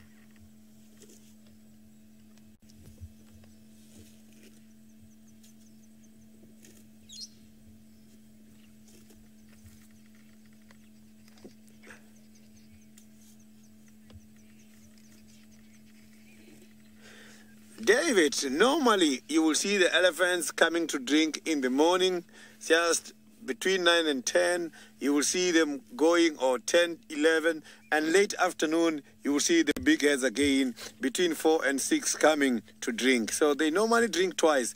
Elephants has got an ability to regurgitate water when traveling long distances. So they do save water sometimes when they are walking long distances during the dry season. They have got special spharingia, a pouch, which is utilized for that.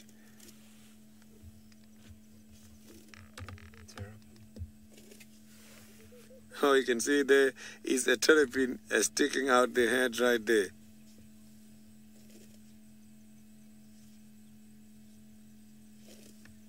So this terrapin wants to see the elephants. It's going towards that side.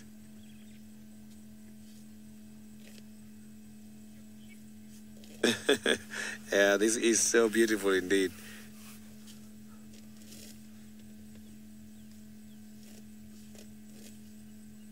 So I like it too much when the terrapins are out climbing Scuba Steve, and when they pick up anything, they just disappears.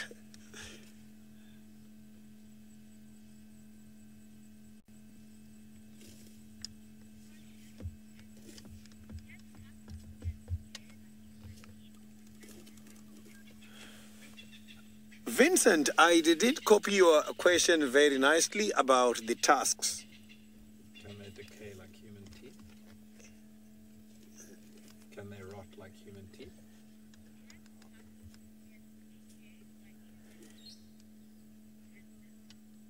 Vincent, the tusks are so very much strong, but where they break, if you look at that, you will see that they don't really get decayed like we do, because our teeth, if you can check the outer layer of the teeth, when it's rotten, it changes and it starts to dominate the dark spots. So here by the elephants, you don't see those dark spots. So these elephants, if you can check their tooth structure, those incisors coming out, they are coming out as part of their dental structure. But the tusk is covered by a lot of strong layers.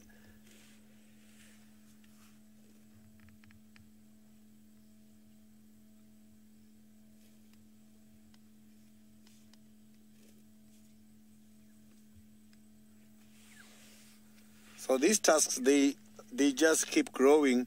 You will see some of the elephants can grow the tusk up to 2 meters and more. And some other elephants don't have the tusks. We do have the tuskless elephants in South Africa.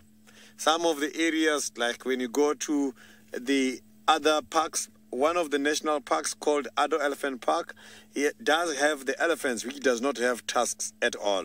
And it's not a problem. It looks like it is a genetic issue whereby these elephants, tuskless elephants, they are again giving birth with the tuskless small little ones.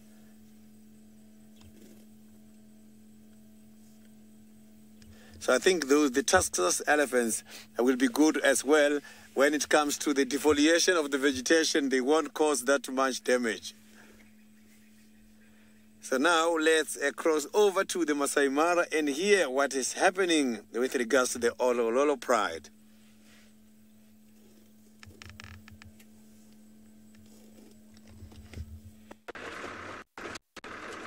Welcome back. So, still no sign of the sausages.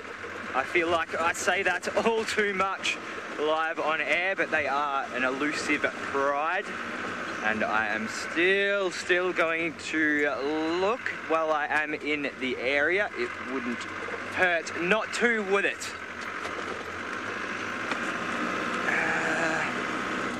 So I've come back over the other side, but I'm further down than where we were looking before. So I am still covering uncharted grounds, places that we haven't looked yet, trying every little nook and cranny to find the sausages. Maybe I should just whip out a barbecue. Everyone brings sausages to a barbecue.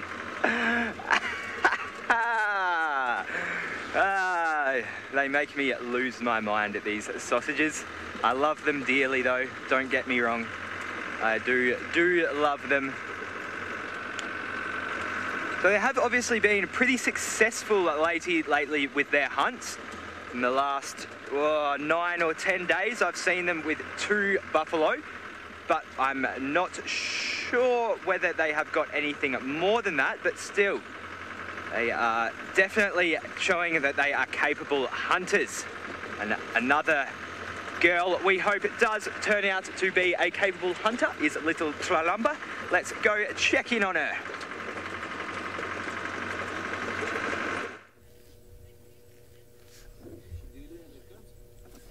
Well, again, this was not us moving, this was her. I think she had enough of us, or watching us, or her stomach got very uncomfortable. So she's done a whole 180 and turned the other way round.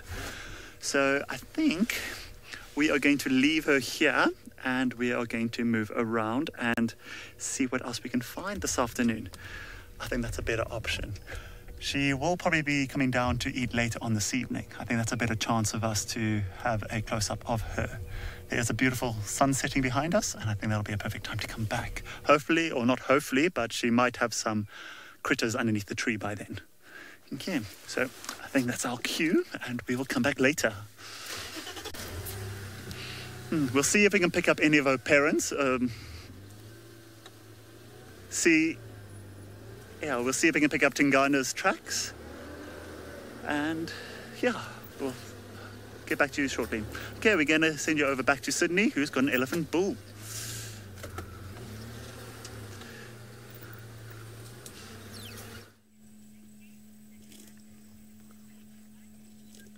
So you can see the elephant is busy feeding at the moment, and there is a visitor. So a starling is also somewhere there where the elephant is trying to get some benefits. The starling is being opportunistic because when the elephant is feeding, some of the insects will be flying there, and that is what the starling is here for, which means the starling is the only one who is getting benefit here.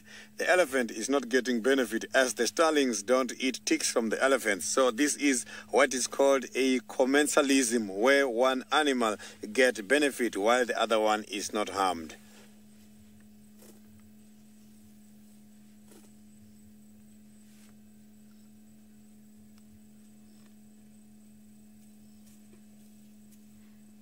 So the elephants, if you look at the tusks, some of them, they've got thinner tusk on the left, some on the right.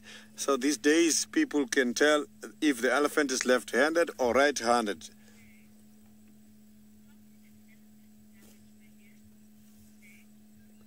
The elephants, when it comes to the ears, is something that I am not too sure what is happening. And a lot of people, when asking, is unknown. But I think to some of these elephants is a genetic issue, because there are some of the heads whereby several head members has got the same kind of a problem. But when going to other heads, you find that it is not an issue. So I am suspecting that some of these elephant heads which has got that, you might find that is part of a genetic issue. So I'm not saying on this one it's a genetic issue. I'm just trying to explain so that you understand this can also be a genetic issue on this animal, similar to the issue of tuskless elephants, which is also a genetic issue to some of these elephants. Yes, some can be as a result of injuries.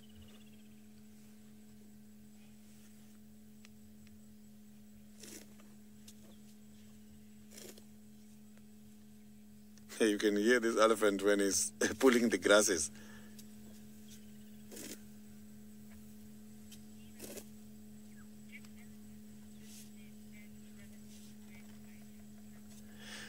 Minamu, the elephant, they are very much famous when it comes to the issue of mourning, the mourning of the dead. There is quite a lot of areas when going to when visiting game reserves which are regarded as elephants' graveyard.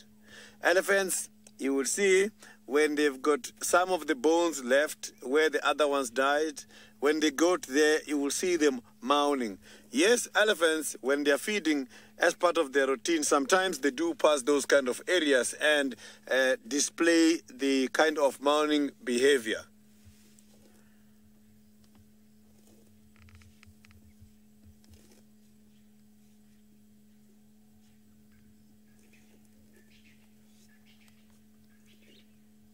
So you can see those veins are very much clear on that head. So that is where the blood is being cooled easily by those big ears. So it looks like a leaf. You can see that it's a very nice network.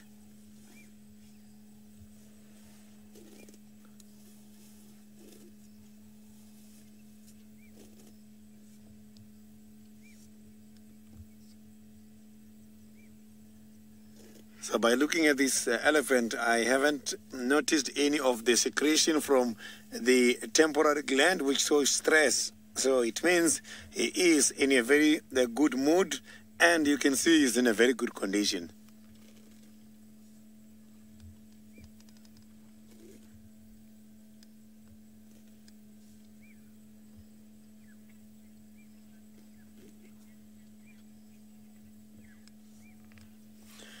Bob, these kind of animals don't really have the sweat glands, because the elephants, for them to cool down the body temperature, they use the different strategies such as the mud wallowing, they use the sand bathing, and if you can check by the armpits, you will never see them wet, showing that these elephants are secreting the sweat.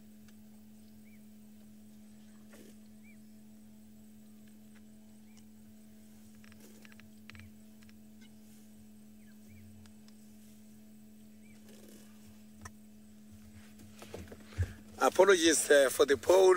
We have got a roof because the weather condition was promising that it's going to rain this afternoon.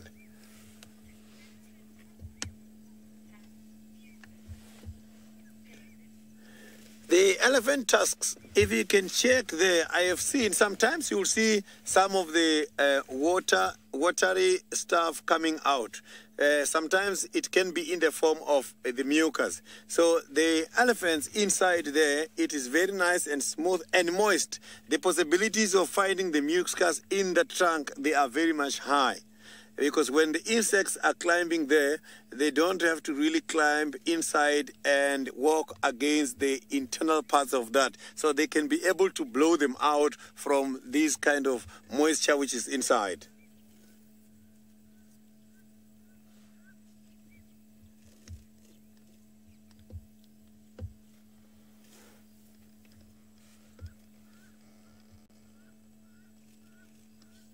So you can see that this elephant was not here specifically for a drink. So it's here in order to feed on this. Maybe this is part of the sweet grass. Because the grasses, some of them can be sweet and some of the grasses can be sour.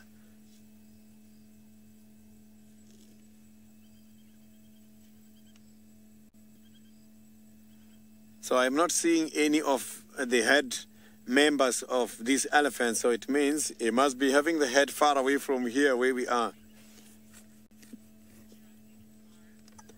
So now let's cross over to the Masai Mara where Pat is driving around.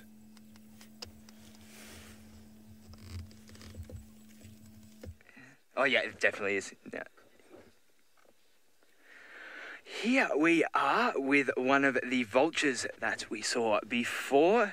Near that carcass, it is a lappet face vulture, the largest of all of the vultures. And also, there's a pretty interesting feeding hierarchy when it comes to vultures as well. It's obviously not always set in stone, but there tends to be a bit of an order at which they feed. And this is mostly to do with the size and the strength of the beaks. So the lappet face vulture, as you can see, have those big, robust beaks, and they can use this to really tear open a carcass and get it into anything, really. So they can use this beak to rip it open, and then that allows some of the smaller, less stronger vultures to come in and get at the meat after that. Then the finer beaks are used to get into the real gritty bits around the ligaments and the bones. So I just thought I'd stop and show you that big old bird. Vultures don't get a good reputation, but I think they're pretty cool. It's actually funny that a lot of scavengers, they just don't get a good rap because of, I guess, their mode of feeding. But, I mean, they're just doing what every other animal out here is doing and surviving. Doing what they do best, using whatever niche they may have occupied. So I think that they are quite cool birds. Definitely necessary in the ecosystem to get rid of all of that decaying flesh and recycle it back into the ecosystem. Kaylin says that she read recently that the highest a bird has ever flown is a vulture. And yes, that is actually, well, as far as I know, correct as well. I've heard of a vulture being sucked through the propeller of an aeroplane. It was flying up that high. That is pretty insane stuff. Well, I haven't found the sausage tree pride, but I definitely have found it's something that the sausage tree pride would love to eat, and that is a herd of buffalo. Oh! Did we see that? Wait, maybe they're... What's got them all revved up?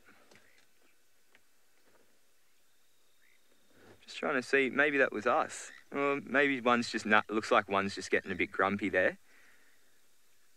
Charging at the rest of the herd. That was a funny little sighting there. I always think of buffalo as Englishmen. If you think back to the old English day, the redcoats, how they have those grey wig sort of things. Their horns always remind me of them. So I can always imagine them going, cheerio, cheerio chaps. I think James Hendry would be better at making that imitation than I. Very cool. And of course, we can sex buffalo by looking in the middle of their horns at the area which is known as the boss. So it's quite easy to remember, the boss. So, leech, no, I am not scared of being this close. They are looking at me, but they are all pretty chilled out. And buffalo, they do get a little bit narky every now and again, but they're more of a danger when you're on foot than when you are in a vehicle. Now, anyway, as I was saying with the boss, so that middle bit in the head, so obviously the males do fight, and so it's a lot more bigger and developed. So that... Faith's just asking me what narky means, you know, a little bit, you know, when you tell someone off a little bit, that's what narky means. But anyway, so the boss is a lot more bigger and well developed in male buffalo as opposed to female, because the female don't need to fight. Yeah, so narky, you know, if you're getting a bit narky at someone, you're you know, telling them off a little bit, getting a little bit annoyed with them. So that is the definition of narky, Faith. Maybe, I don't think that's an Australian word. Maybe it's a word I just made up on the spot. I don't know, but I swear it's a word. So if anyone watching along has heard the word narky before, please do speak up and support me here. Because now I'm starting to question myself as to whether that is actually a word or not.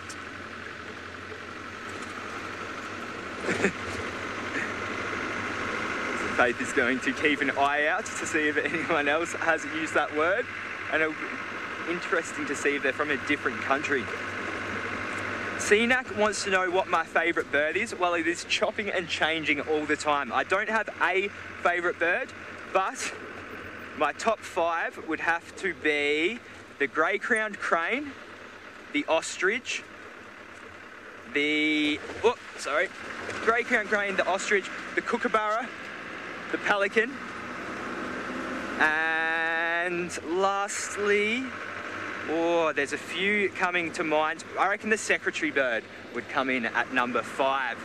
So, but that list, if you ask me next week, will probably change again. The more I'm learning about birds, birds even, not boards, the more I'm learning about birds, the more I am coming to love them. And actually, they're making great photography subjects lately. Very cool. I've been watching Storm Boy today, the movie. It's a movie filmed right on the Coorong coast, which is right near where I used to live in Australia. And that is a pelican, is a star of that movie. So, yes, that has pushed pelicans right up after seeing that awesome movie. Faith is saying everyone's heard of the word snarky, but not narky. Maybe that's what I was thinking of. I think, yeah, it must be snarky. So I do apologise, everyone. That buffalo was getting snarky.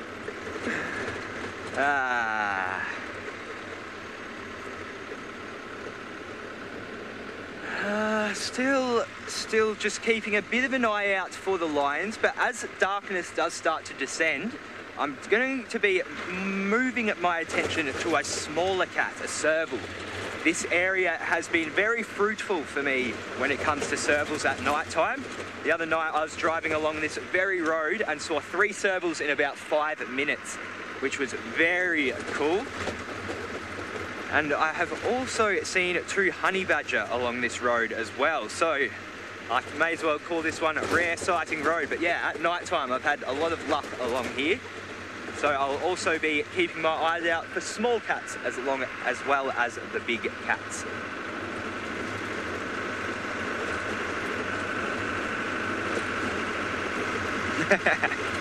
Faith almost told me that I could link it to myself, but no, I am in fact linking it to Rusty back down in South Africa.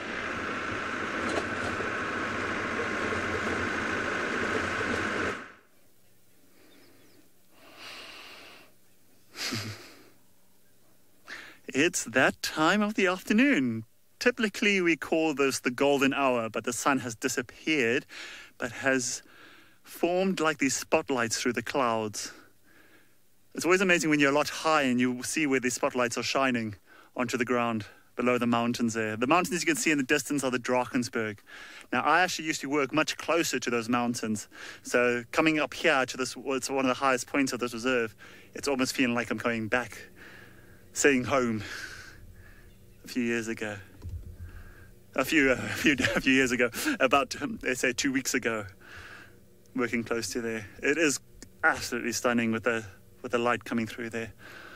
We are going to go back to Talamba Lake later and see if she goes down and keeps on feeding and see if she has any creatures below her tree that are waiting for handouts.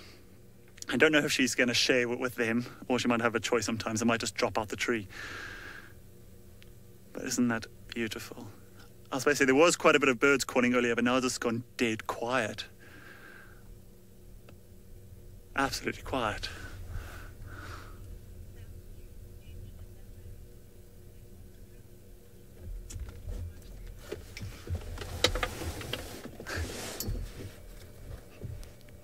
Sorry, I pulled out my mic there. Sorry, who asked the question?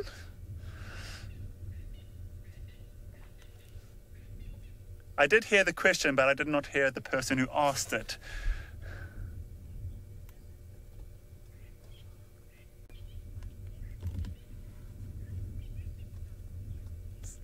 Samu, age 11.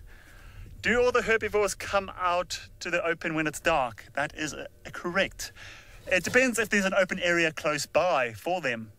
If we find an open grassland or an open area that's been grazed down, a lot of the herbivores will go out there, not only to eat. If there's enough food there, they will eat, but generally for protection.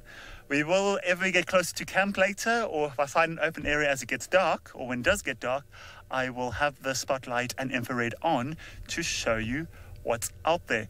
Most of the wildlife, let's say most of the herbivores like the impalas, wildebeest, zebra, they will all join up in open areas. Not all the time, but most of the time, especially if there's predators around. You'll find them going into open areas. We don't have a lot of open areas. There is one closer to camp, which I'm sure you know, and that is where they'll be hanging around at night. But there has been activity of leopard in that area, so most of the animals have moved out, but tonight may be different. So we will see. Yeah, we're just going to continue down the road and see what we can find and admire the sunset. We will do a loop around and go back and see if Talamba has moved. But I did see quite fresh activity of hyena on the road, very fresh tracks. But I think it's picked up and gone through the block. So I've got a funny feeling Talamba might have company very soon. If that hyena gets lucky. It might just walk straight past. But with the hyena and the sense of smell it has, I think it's going to pick up that kill very quickly. Okay. Oh, it's a gorgeous evening. We would prefer a bit more golden light, but I am quite happy with this. Now, now the evening's cooling off and it's getting darker, we will have more activity of the cats in the area. If the lions start moving, it is cool enough for them to do so. If they have not eaten today, they will be moving off to hunt. The moon is waxing, so it is slowly growing, so it's still dark enough for a lot of the cats to start hunting. We'll hopefully have some luck with the larger spotted cats of the leopard. Talamba's father or mother might be moving around by now. I'm not too sure.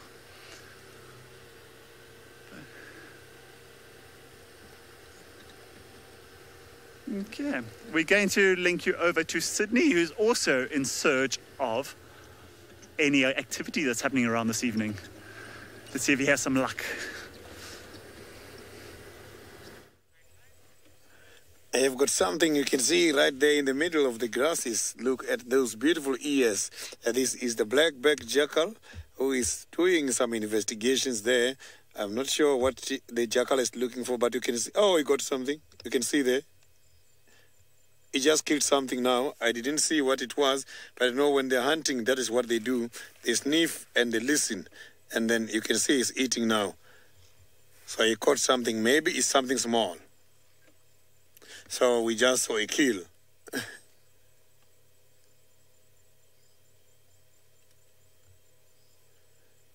I'm trying to check what exactly is feeding on, but I can't see very well. So the droppings of this kind of animals, jackals, you'll see them consisted of fur and hairs from animals. So they can also catch the rodents. You can see he's still listening. The hunt is still on.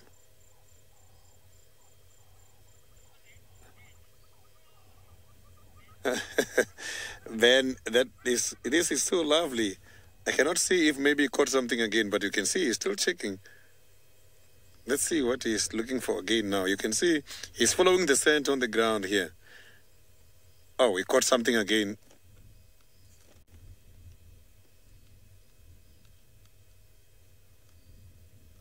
You can see again he's sniffing the ground there to investigate more and more. Let's see what he's going to come out with at the moment. You can see he's listening. He's provoking something on the ground. Listen, and he's following.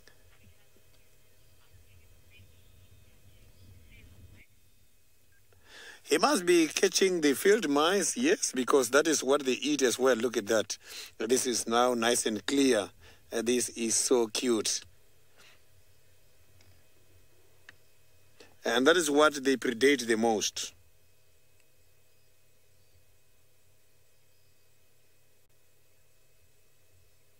You can see that this jackal is on a hunt because he's making noise and the ears are swiveling all the time.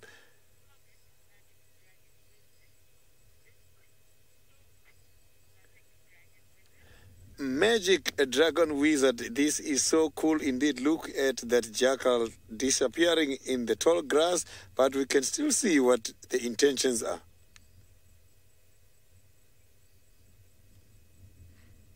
So you can see that the color of the jackal can also blend with the surrounding.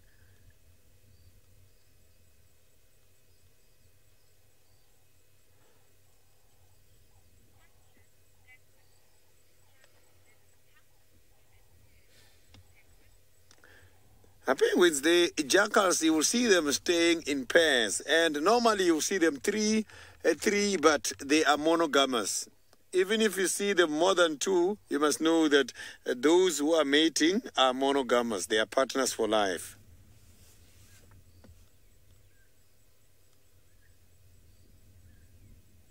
So now it's very difficult to reallocate the jackal in the middle of this tall grass. He just got disappeared somewhere behind those bushes there. And that was a very lovely sighting. And hopefully we will see him again. If we don't see him, we might see other partners because you'll see them sometimes walking in a group of three as I indicated and more.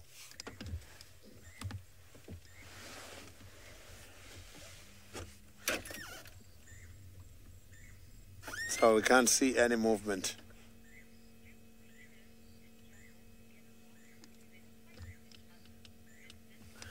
Vincent, the carnivores, they always compete when it comes to the food source. So hyenas and jackals and lions, it's not like they get along.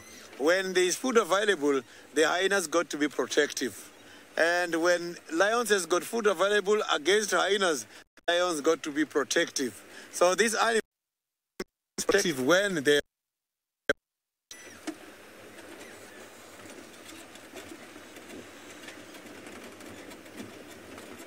So now I am around the area, and here is where I want to try my luck when it comes to the big cats, because the big cats such as lions, they normally come out from this direction mostly.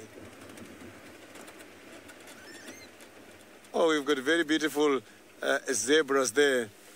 So I'm very sure that Mrs. Lapwing is going to be very happy because she requested me to find her the zebras a few days ago. Mrs. Lapwing, here comes your beautiful zebras.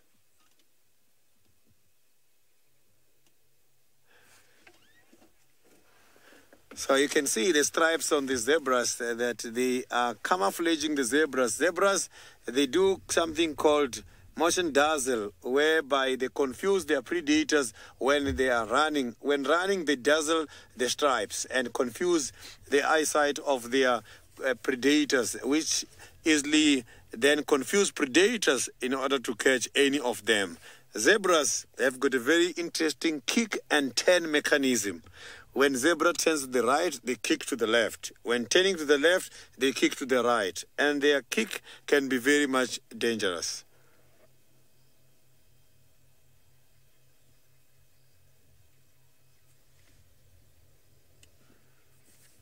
So the zebras prefer tall grass. That's why they don't have a problem to feed on those grasses there.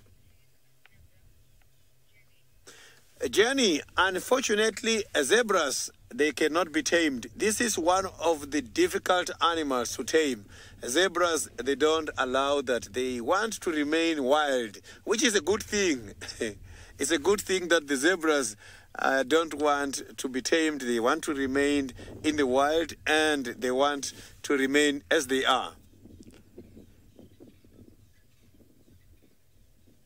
So all these zebras, if you look at them, they look pregnant because of too much gases in their stomachs, which helps them during the fermentation process. If you tease zebras, every time they release a gas because they have got quite a lot of gas in them.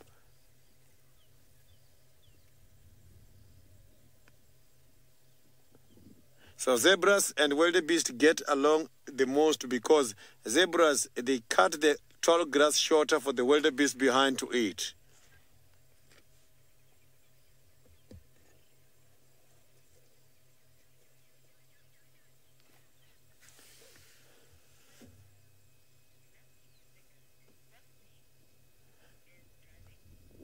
So now let's cross over to Rusty, who is still driving.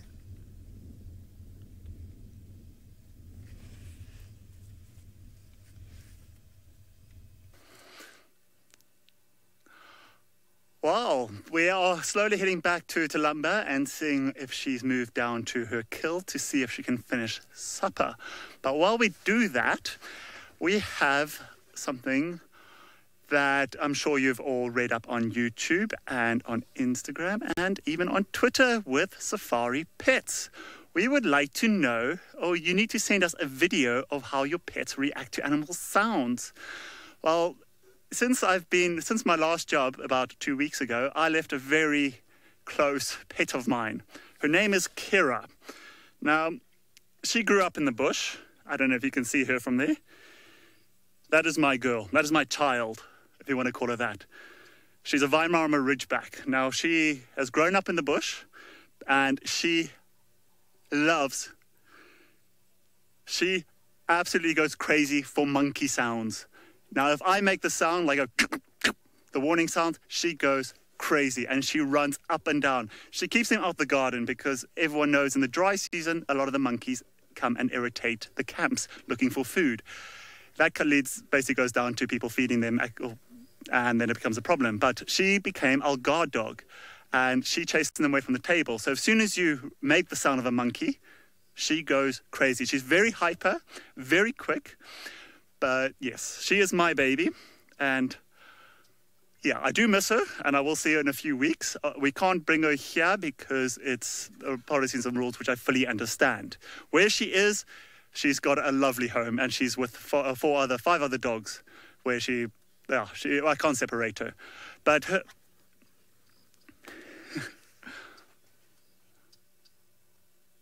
April, yes, she is a beauty. Thank you very much. I do love her, and obviously every mother loves her child. So yes, she's 5 years old, and I'm ready to spend the rest of my life with her, pretty much, or especially her life.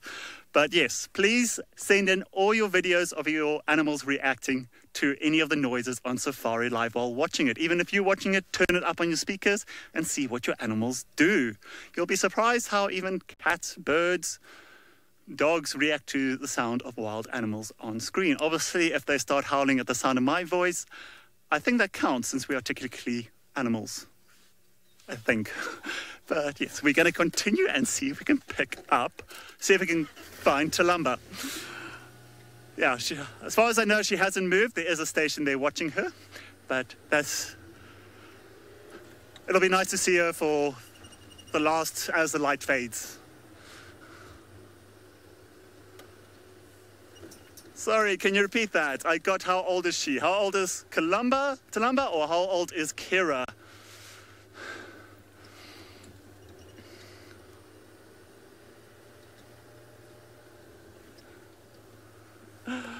Okay, everyone wants to know how old Kira is. She's 5.5. Actually, she's almost 6 years old. I bought her at 3 months old for equivalent of 300 Rand, which is about, say, $20. She was a mistake that happened with friends of ours in Hoedspruit, the town quite close to here, and they needed homes for the puppies.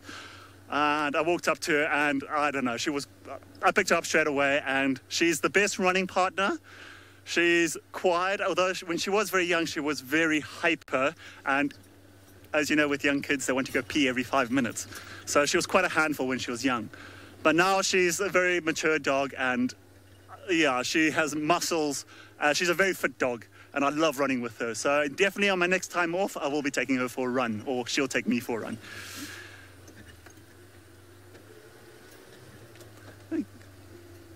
Okay, we're going to head over to Pat in the Mara.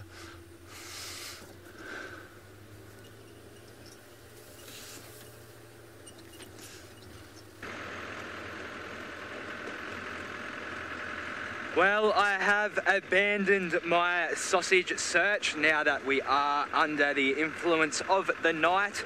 It is tricky enough looking for them in the daytime, so I've moved off now for a little bit more of a bumble.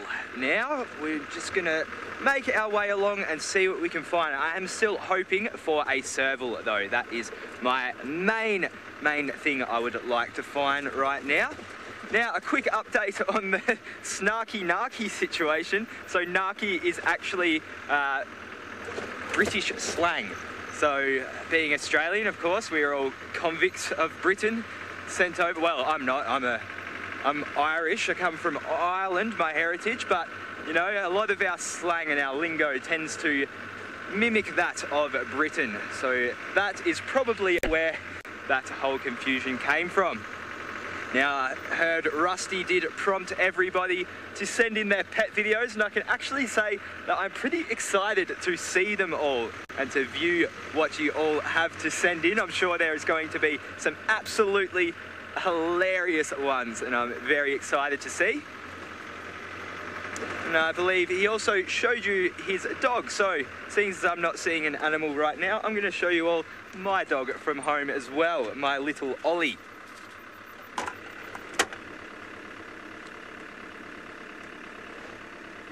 So bear with me. So it is a Cavalier King Charles Spaniel mixed with a poodle. I'm sure I've got some photos here somewhere.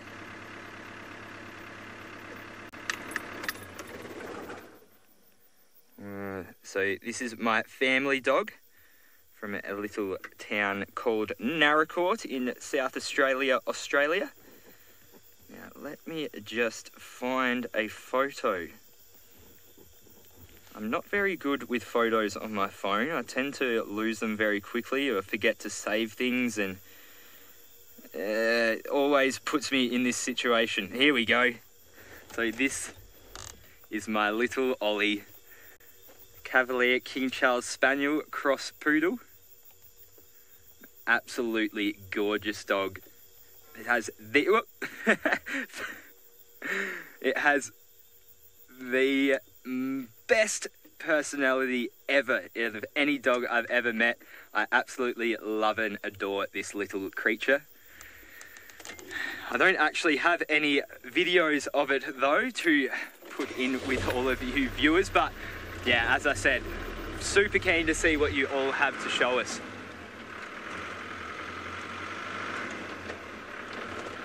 Hillary, Cavaliers are great little dogs, aren't they? Those big floppy ears and those real stereotypical round bulging puppy eyes. They are just the best. And they are always so happy to have you around, always want a cuddle and a scratch. And they're just so fun to take for a run. They're always up for, I feel like they're always on my level, you know. If I feel like doing something, they'll want to do something. If I feel like relaxing, they'll want to relax. I actually had another Cavalier King Charles Spaniel before little Ollie, and it was the exact same. Such a cool dog. Everybody saying that they love that photo. It is a good photo, giving my little Ollie a big old smooch. So yeah. Anyway, enough about pets, back to wild animals. I'm still trying to find something in the night time. I should probably get my flashlight back out. It does help quite a bit having this thing with me when it comes to night time.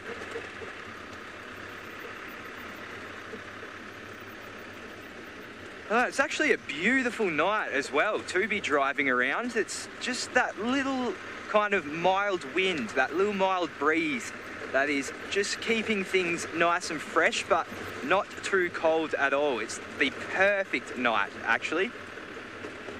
So I shall continue to drive around in this beautiful night temperature. And let's go back down to Sydney. And I wonder if he has any pets that he can show us.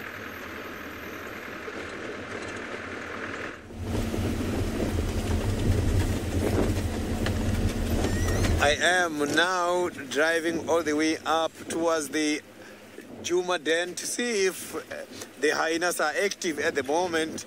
But while going there, I am checking. I am now inside Hukumuri's territory. Maybe we might be lucky with Hukumuri, who knows? So I'm just trying to hit two birds with one stone at the moment.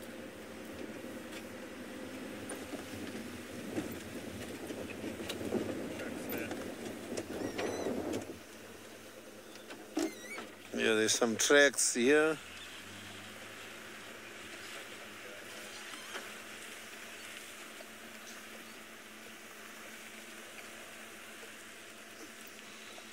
Not easy to see these tracks clearly.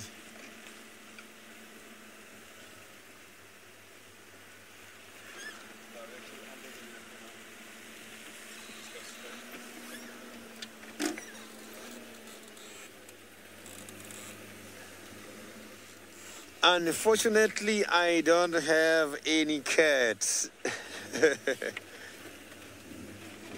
Not easy. I'm trying to get some tracks here who are going much more that side. It's the cat's track. I just want to be sure which one is this.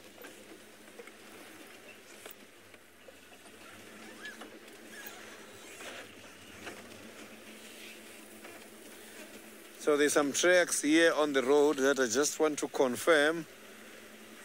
If these tracks are too fresh, I can see that, yeah, it is a very beautiful leopard track, but it doesn't look fresh. I want to show you this. This is nice and clear.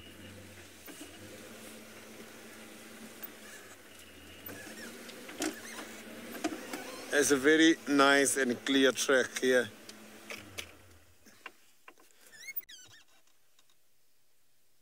So this is the leopard track I have just seen now, but it doesn't look fresh. It's nice and clear. So it's showing that Hukumuri, maybe this is Hukumuri's track. So it's showing that Hukumuri has been around here. So let me quickly head much more towards the Juma Den. Maybe on our way there, we might be lucky because he's doing his daily routine. He must have to do the patrol so that he doesn't experience problems with the intruders.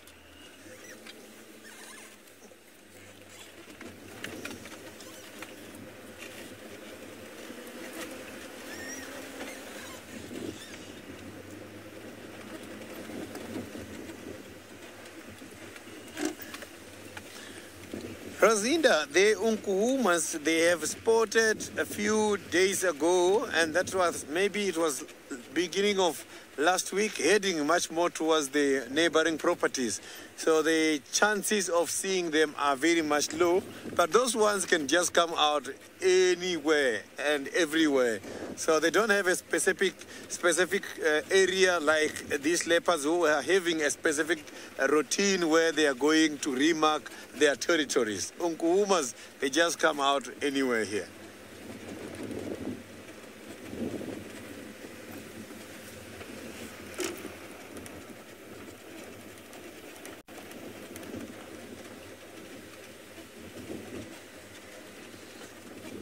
So I can see now is the time for the impalas to come together and identify a safety spot for them to rest for tonight.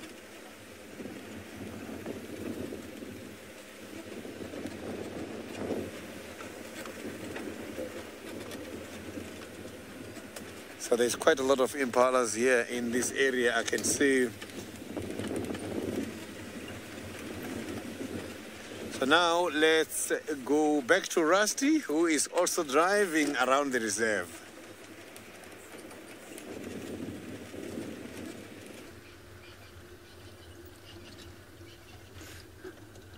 Well, yeah, after looking at my dog pictures, I ended up scrolling through nearly all the pictures I have of her. Yeah, I do miss her a lot, but I'll get back there. We're still en route to Talamba to see if she's continuing feeding on her kill she made this morning, which is a young duiker, or a small duiker. I wouldn't say young duiker, but a duiker. She didn't eat a lot of it, so there's still quite a bit left. So she will be feeding on it shortly, or if she's still got a full belly, she'll just be lying there. So we're hoping there is a vehicle that's with them, and we're hoping it's going to stay there. So you just keep an eye on her in case she moves off, which I doubt it.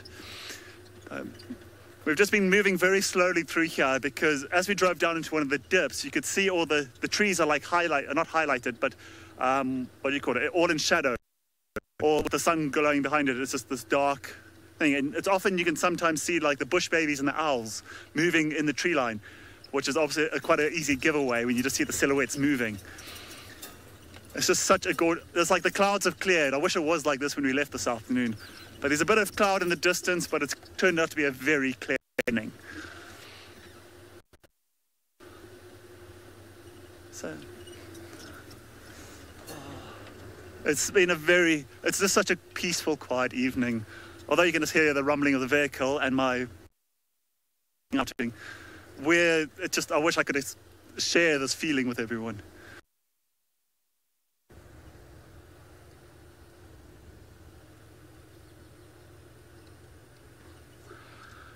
Vincent, your question. Do any of the trees, are they fruiting at this time of the year that animals go for? Yes, there is a few trees out that have got fruit. The marula tree has just finished fruiting. And sometimes you'll still see a few of the green fruits on the ground. There's also the bird's eye, the white berry bush that's also got the berries on. The sour plums were out earlier. I haven't seen any recently. The monkey oranges are out. It's not often you see the monkey oranges, but the fruits are there. But yeah, there is quite a lot of fruit out at the moment for a lot of the animals. Most of the fruit that is edible pretty much disappears very quickly. Between monkeys, baboons, bush babies, elephants, actually most of the animals. Most of the fruit disappears. So by the time we get to it, it's like you've either pick up a marula and it's got like a bite mark from a monkey that disagreed with it and went on after for a more riper one. So in the next few days, if I go out and drive and we find fruit, I will let you know. But a lot of the marulas, you'll find the local villagers have started to make marula beer, which is amazing if you get around to it, and it'll be brewing at the moment. So in the next few weeks, you'll have amazing marula beer out. Okay, we're going to link you over to Sydney and see how his evening is going.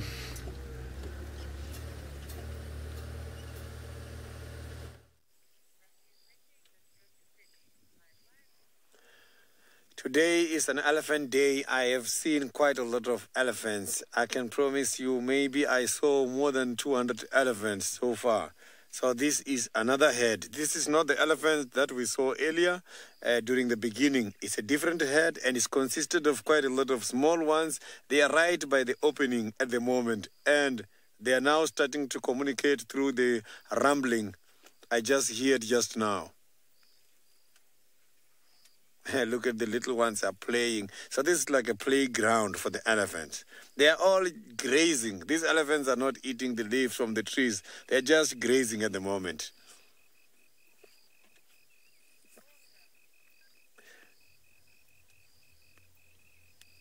Look at the small one there. So the small one doesn't even know how to use the trunk yet. You can see it's just moving the trunks there by the grasses.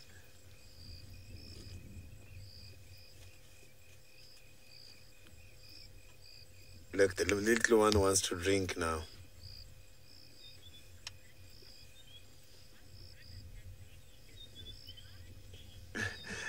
Paula, that baby is so tiny. Look now, the baby is having some milk at the moment. This is stunning.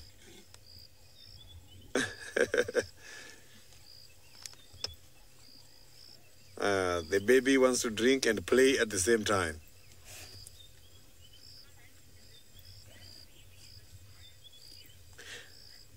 Elizabeth, you can see that is one of the newest babies. But apart from that one, I can see there's quite a lot of babies here. You can see some old babies are playing at the moment, and others are also far apart. So this is one of the great sightings. It's happening right by the big open space. It's quite a very big head. That is one of the big ones with very long tusks. I can see that one right in the middle. Look at that one.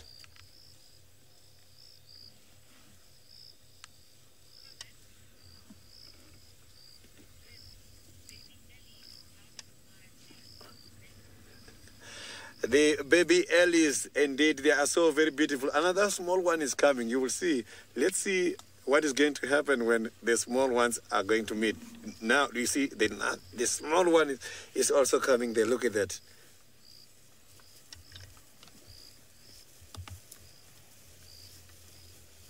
So these elephants are walking very fast, but we can't even hear any noise. Look at that. Oh, this one is playing with the small one. The little one is turning back now. Look at that one running. So this is what they do. Elephants, when it's too hot, they also put their little ones underneath their stomach in order to prevent sunburn to the babies. So they put them for protection there and also to prevent sunburn.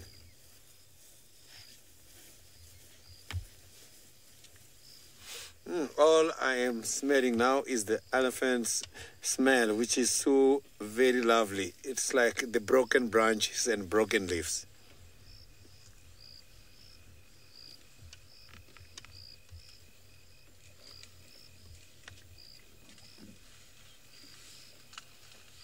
So these elephants are so very much relaxed. They've got babies, but they're not worried. Look, the little ones are just playing here, and adults are not worried at all. This is amazing.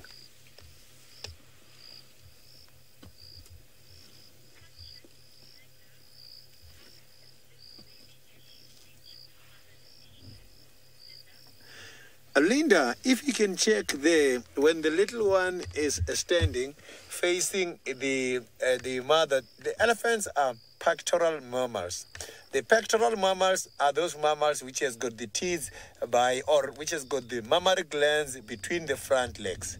If you can check at the size of their teeth and the size of the babies can easily access that. But as time goes on, when these babies are growing, starting to develop the tusk, and then they lose that kind of an access, because when growing the tusk, they start to now block them from accessing the teeth.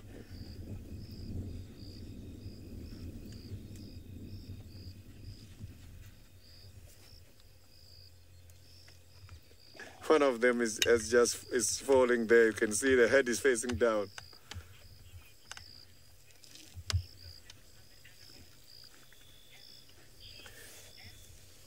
MGN, I didn't copy your question very nicely. Are teenage elephants most likely to attack other animals? The teenage elephants,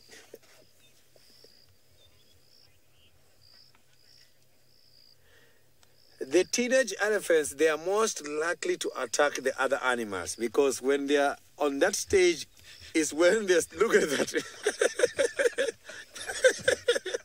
And that elephant, that little one went past here so rapidly. That was a fast speed, unexpectedly.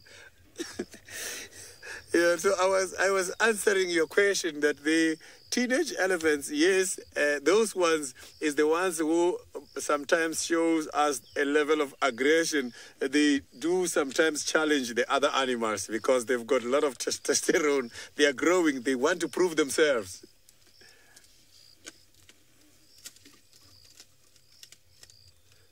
So these elephants are so amazing.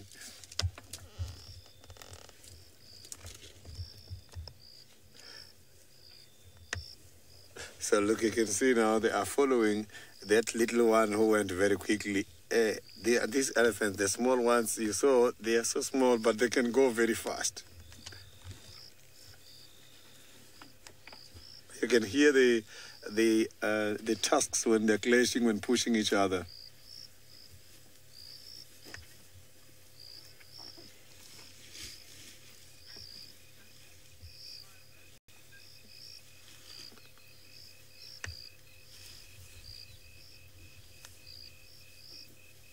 So these elephants, the little ones, they are going to circle here for about 2 to 3 years. And when they are about 2 to 3 years is when they are under a strong guidance of the little ones.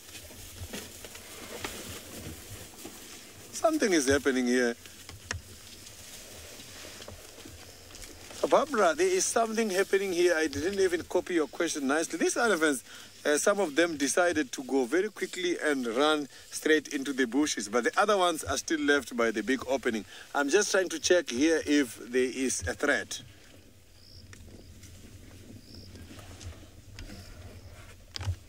Do elephants allow suckle? What? Allow suckle.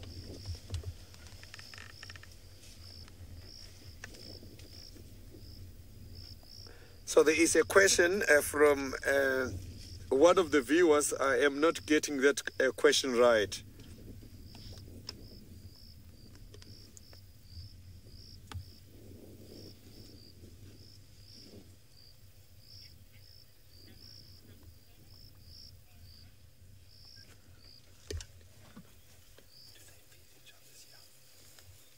So the elephants, if one of them is having the little ones, and the mother dies, the other lactating female do take over and nest the little one.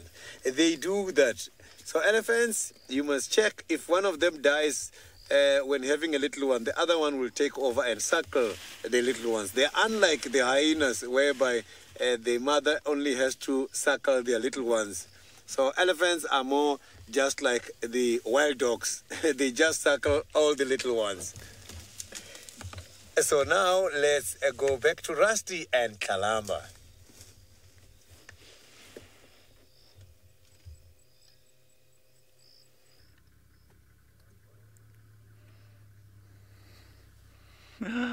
Oh, it's just missed it. Can you still see her? She just climbed out the tree as we arrived. She was a bit hesitant, but she is moving just to the right of us. It is very thick bush. We are going to try follow her, but it's very difficult, and there's a lot of aardvark holes in here. Oh, okay. Yeah, I'm not too sure if I am going to follow her. It's very thick in here, and I'm going to end up doing a lot of circles and might actually interfere. I think she's going to go for a drink after a big meal. So no, it was good. It was brief, but it was good. She will definitely come back. Her meal is not even close to being finished, so she will be coming back this evening to finish it. I think she might just be a little bit thirsty, a little bit parched, so I'm not too sure where the closest pan is. There might be a little hidden pool in here that we don't know about, but I'm pretty sure that's where she's going. She didn't hang around very long enough, but she just walked directly in front of the vehicle. It was so close. So close. But next time. Thank you. We are going to do a short loop around and see if we can pick her up again. But if we're not, we're just going to head out and see if we can pick up something else in this evening. This evening's right. She's very brazen to jump out a tree at this time, especially if the hyenas are moving around. But I'm sure she'll get away quite easily. I'm sure the hyenas are more interested in the food than her. Oof, I'm already stuck on the stump. Okay. Obviously, you don't want to be too invasive with driving around here. It is very difficult, and we do have company.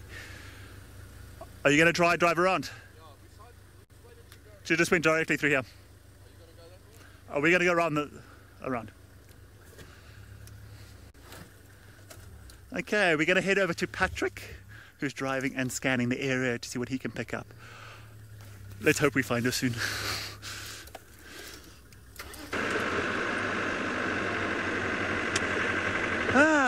Well, the animals just do not want to come out to play this afternoon.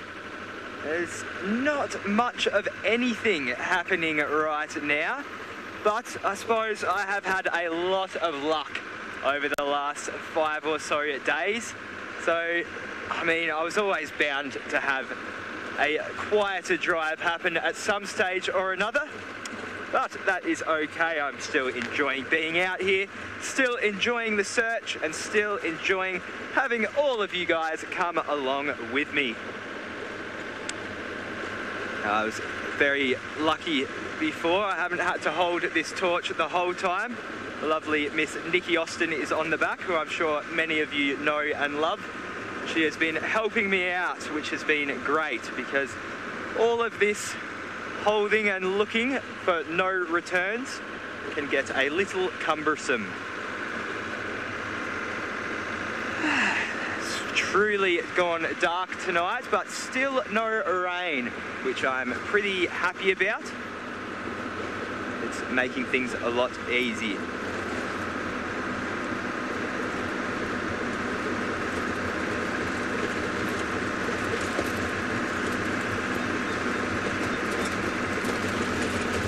Still searching, still searching. I'm coming back down towards camp now. What's that? Oh no, that's nothing. I thought that's the worst thing about searching in the dark, is sometimes you think you might have seen something, and a lot of the times it turns out to be a post or a log or a termite mound. But there's also some telltale signs. You can see the eyes.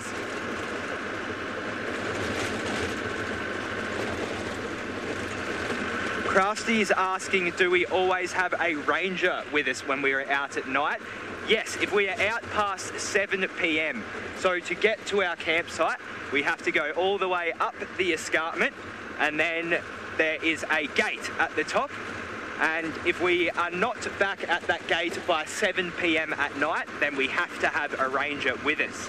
A, because we can't actually get in to the gate because they have the keys.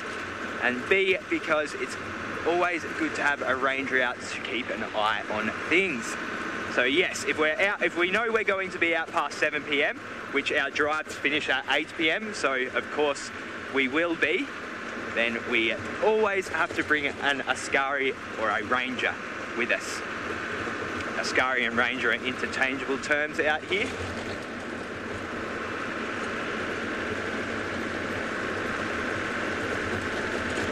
But it's always nice to have an extra set of eyes on the vehicle as well. And of course, they know the area better than most, so they also have some some helpful tips and advice and directions.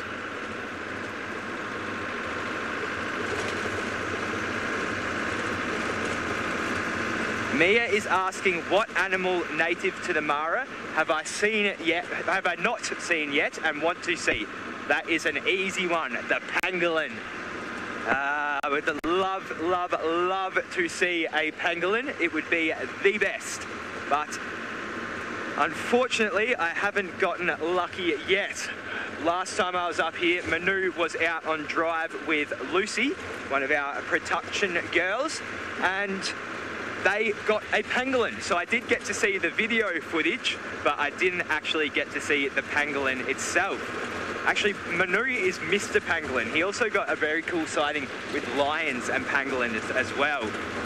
Actually, Manu's just lucky in general. Well, he does put in the hours though. He loves to be out and he loves to film.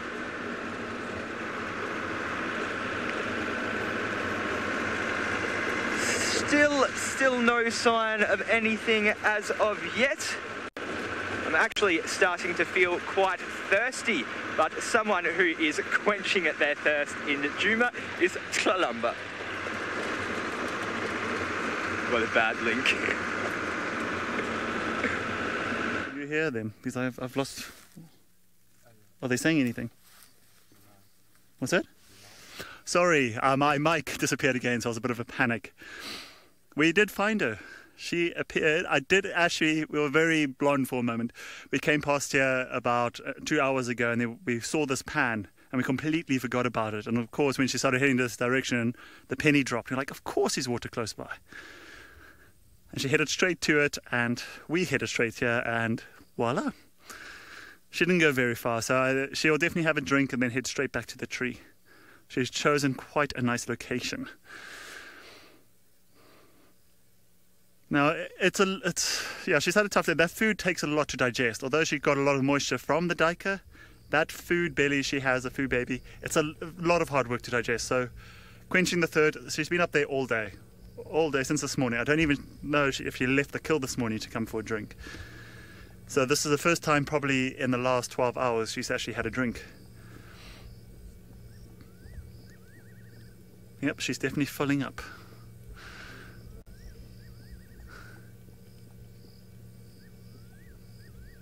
I don't know if you can actually hear the audio of her lapping up.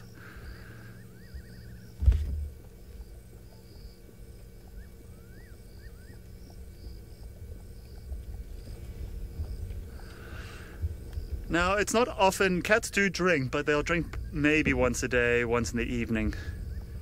It's not often, they generally do get most of their moisture, especially in the dry season, they get most of their moisture from animals that they kill. So, sorry? Can we just check which camera are we on? Which camera are you on? Sorry, I've got no audio at all. I am... we went through quite thick bushes and I think my mic has done something. I think Craig is going to give me a heads up if they speak again because I don't know what I've done.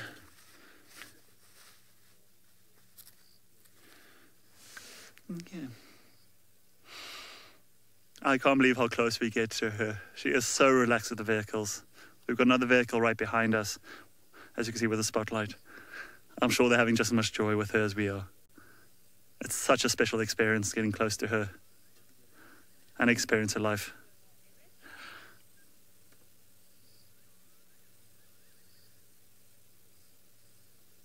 Yeah, and technology these days, hey, you can see exactly where, even if she disappears into thick bush, you can actually see her quite easily. Yep, she's heading straight back to her tree again.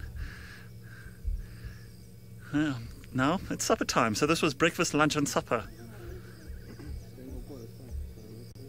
for her. It saves us from we should actually cook a huge roast and eat that over the period. Okay, let's start up and follow her back to her kill. I'm pretty sure she's going to head up back up the tree and grab some food. Now, I'm going to try and maneuver out of here without reversing into the muck, into the pan. Okay. Oh, yes. Okay. Well, it's very, very nice. The technology these days, and without the interference of spotlights, it's amazing. Okay. Okay. 3-point turn. It's a lot easier driving here than in town, though. I have to agree with that. Okay. So I'm pretty sure maybe in the next 3 or 4 days, that duiker will follow up, so she'll have no need to hunt. So she will actually feed here. Once she's done, she'll probably leave the immediate area and go rest for a few days. But obviously, if something comes limping past, then she'll take the opportunity to grab it. But they can last a good week, 10 days, even a few weeks without feeding. It depends on where they are and what the population of prey is.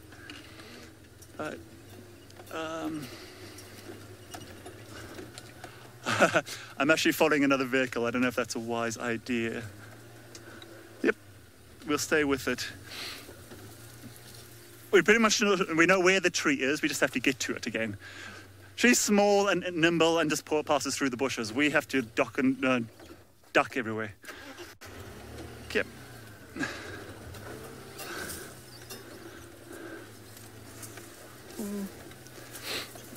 No.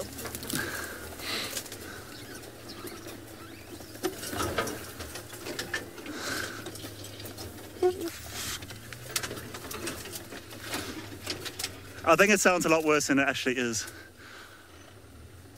It's mostly dry, dead vegetation I'm going over. Okay. As when I stop just now, hopefully we'll get another sighting of her. We're going to pass you over to Sydney, who I hope is on a decent road.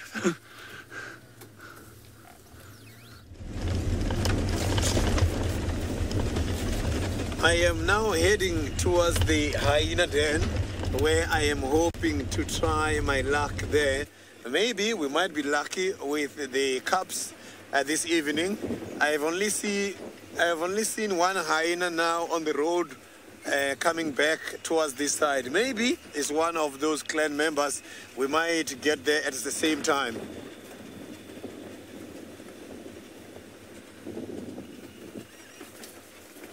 So here you can see the elephants.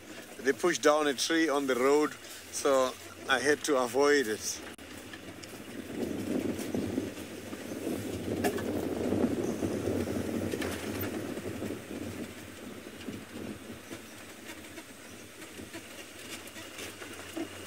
So by this time, sometimes you find some of the hyenas already having something to bring back to the den.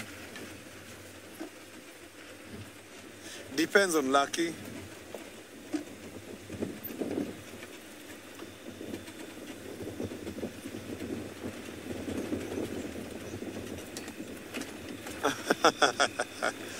And Mrs. Lapwing, I like too much the elephant rumble than the lion roar. The elephant rumble is so amazing.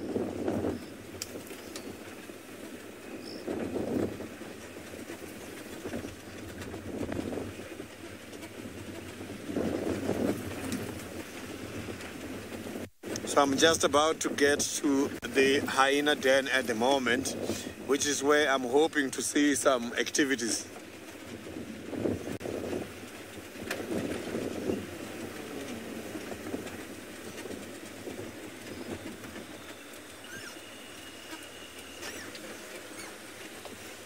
I am right at the entrance.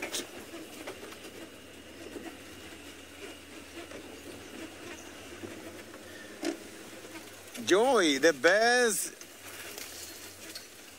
which were flying here on the road as I'm driving, a lot of them were the night jars. So the night jars is the one which are much more active by this time of the night. I am here at the den site, and the den site is very much quiet, and there is nothing here on the outside. I just want to show you the entrance so that you can see that these hyenas are not here this evening. So this is the entrance for these hyenas when they are around, and it's another entrance. They always prefer to have another entrance. There's also another entrance on the side. So unfortunately, I am not lucky this evening here by the hyena den.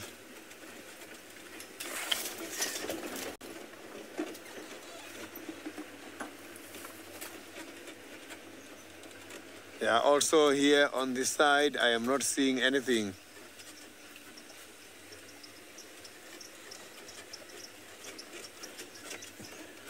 Scenic, my favorite sound of the bush. It is the lion roar. The lion roar is the best sound ever.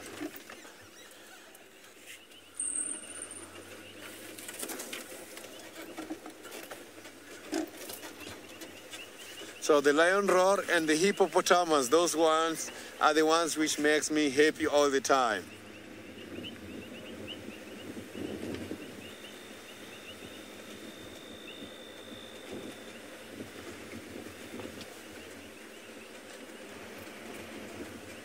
No sign of the cats here by the hyena den site, so it means the cats, big cats, they are not in this area.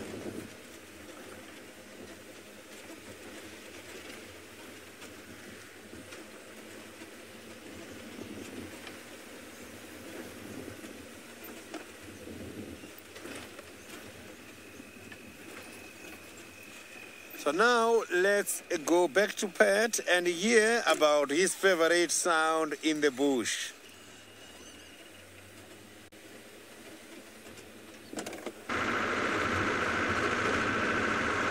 Well, everybody, I can actually show you my favorite, well, not show you, hear you. I can show you my favorite sound in the bush. It is this one right here.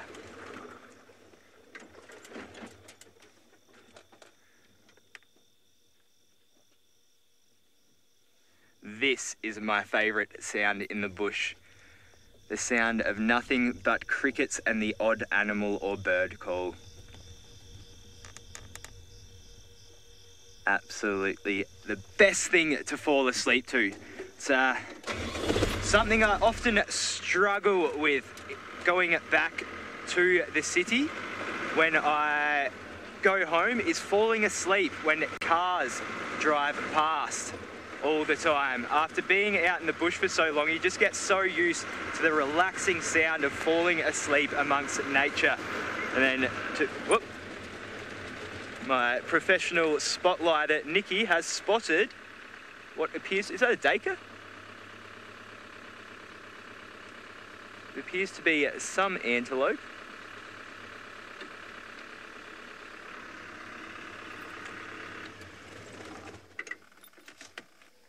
I think this might be a duiker. It's a little tricky to see though. But hey, we found an animal. Isn't that great? Oh, and off it pounces. Oh, well, at least we got a brief sighting with something. So now Nikki is going to give up all of her duties at Wild Earth and become our significant spotlight lady.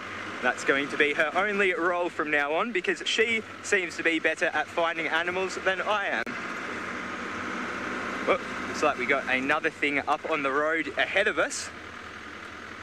It might be a nightjar. There has been a couple of nightjars on the road, but they have flown off before we can get too close to them. So I'll just try and get us in range.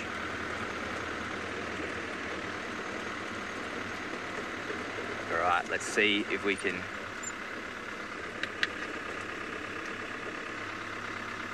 no. Oh no, that's still there. Just... yeah, I'll just shine the light next to it. So just in the wash of the light on the left, you can see just to the left, there. It looks to be a nightjar. Yes, I think it is there. That eye you can see.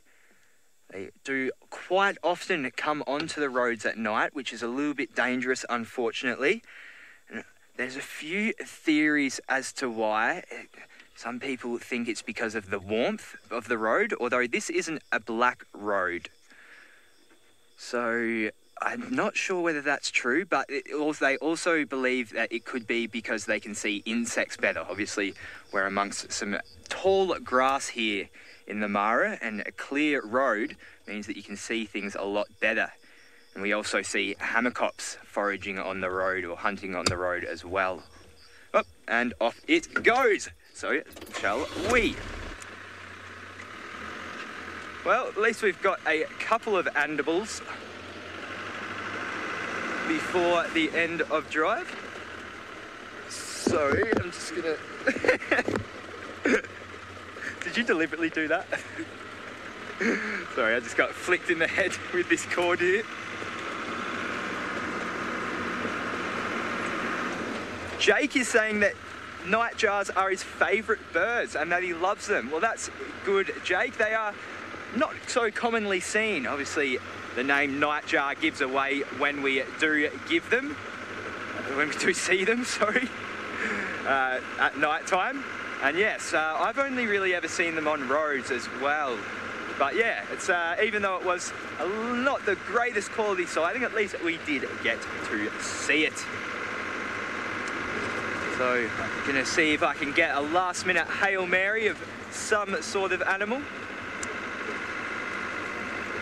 Looks like we got a plover or a bird of that sort on the side of the road back there, but I have already passed it.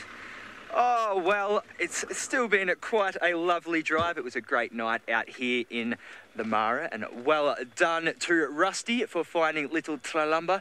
I do miss our little princess. I miss all of the leopards of Juma, actually. It's the one thing we don't get out here so much is the leopards, but, I mean, I've had lions and cheetahs lately, so that's more than satisfied my cat needs. Thank you all so much for joining me and everyone else, Sydney and Rusty, down in Juma tonight. Thank you to James for being our cameraman, and thank you so much to Faith for being the best production person ever. We will see you all tomorrow morning at 5:30 East African time, Central African time. Hope to see you all then. I botched that.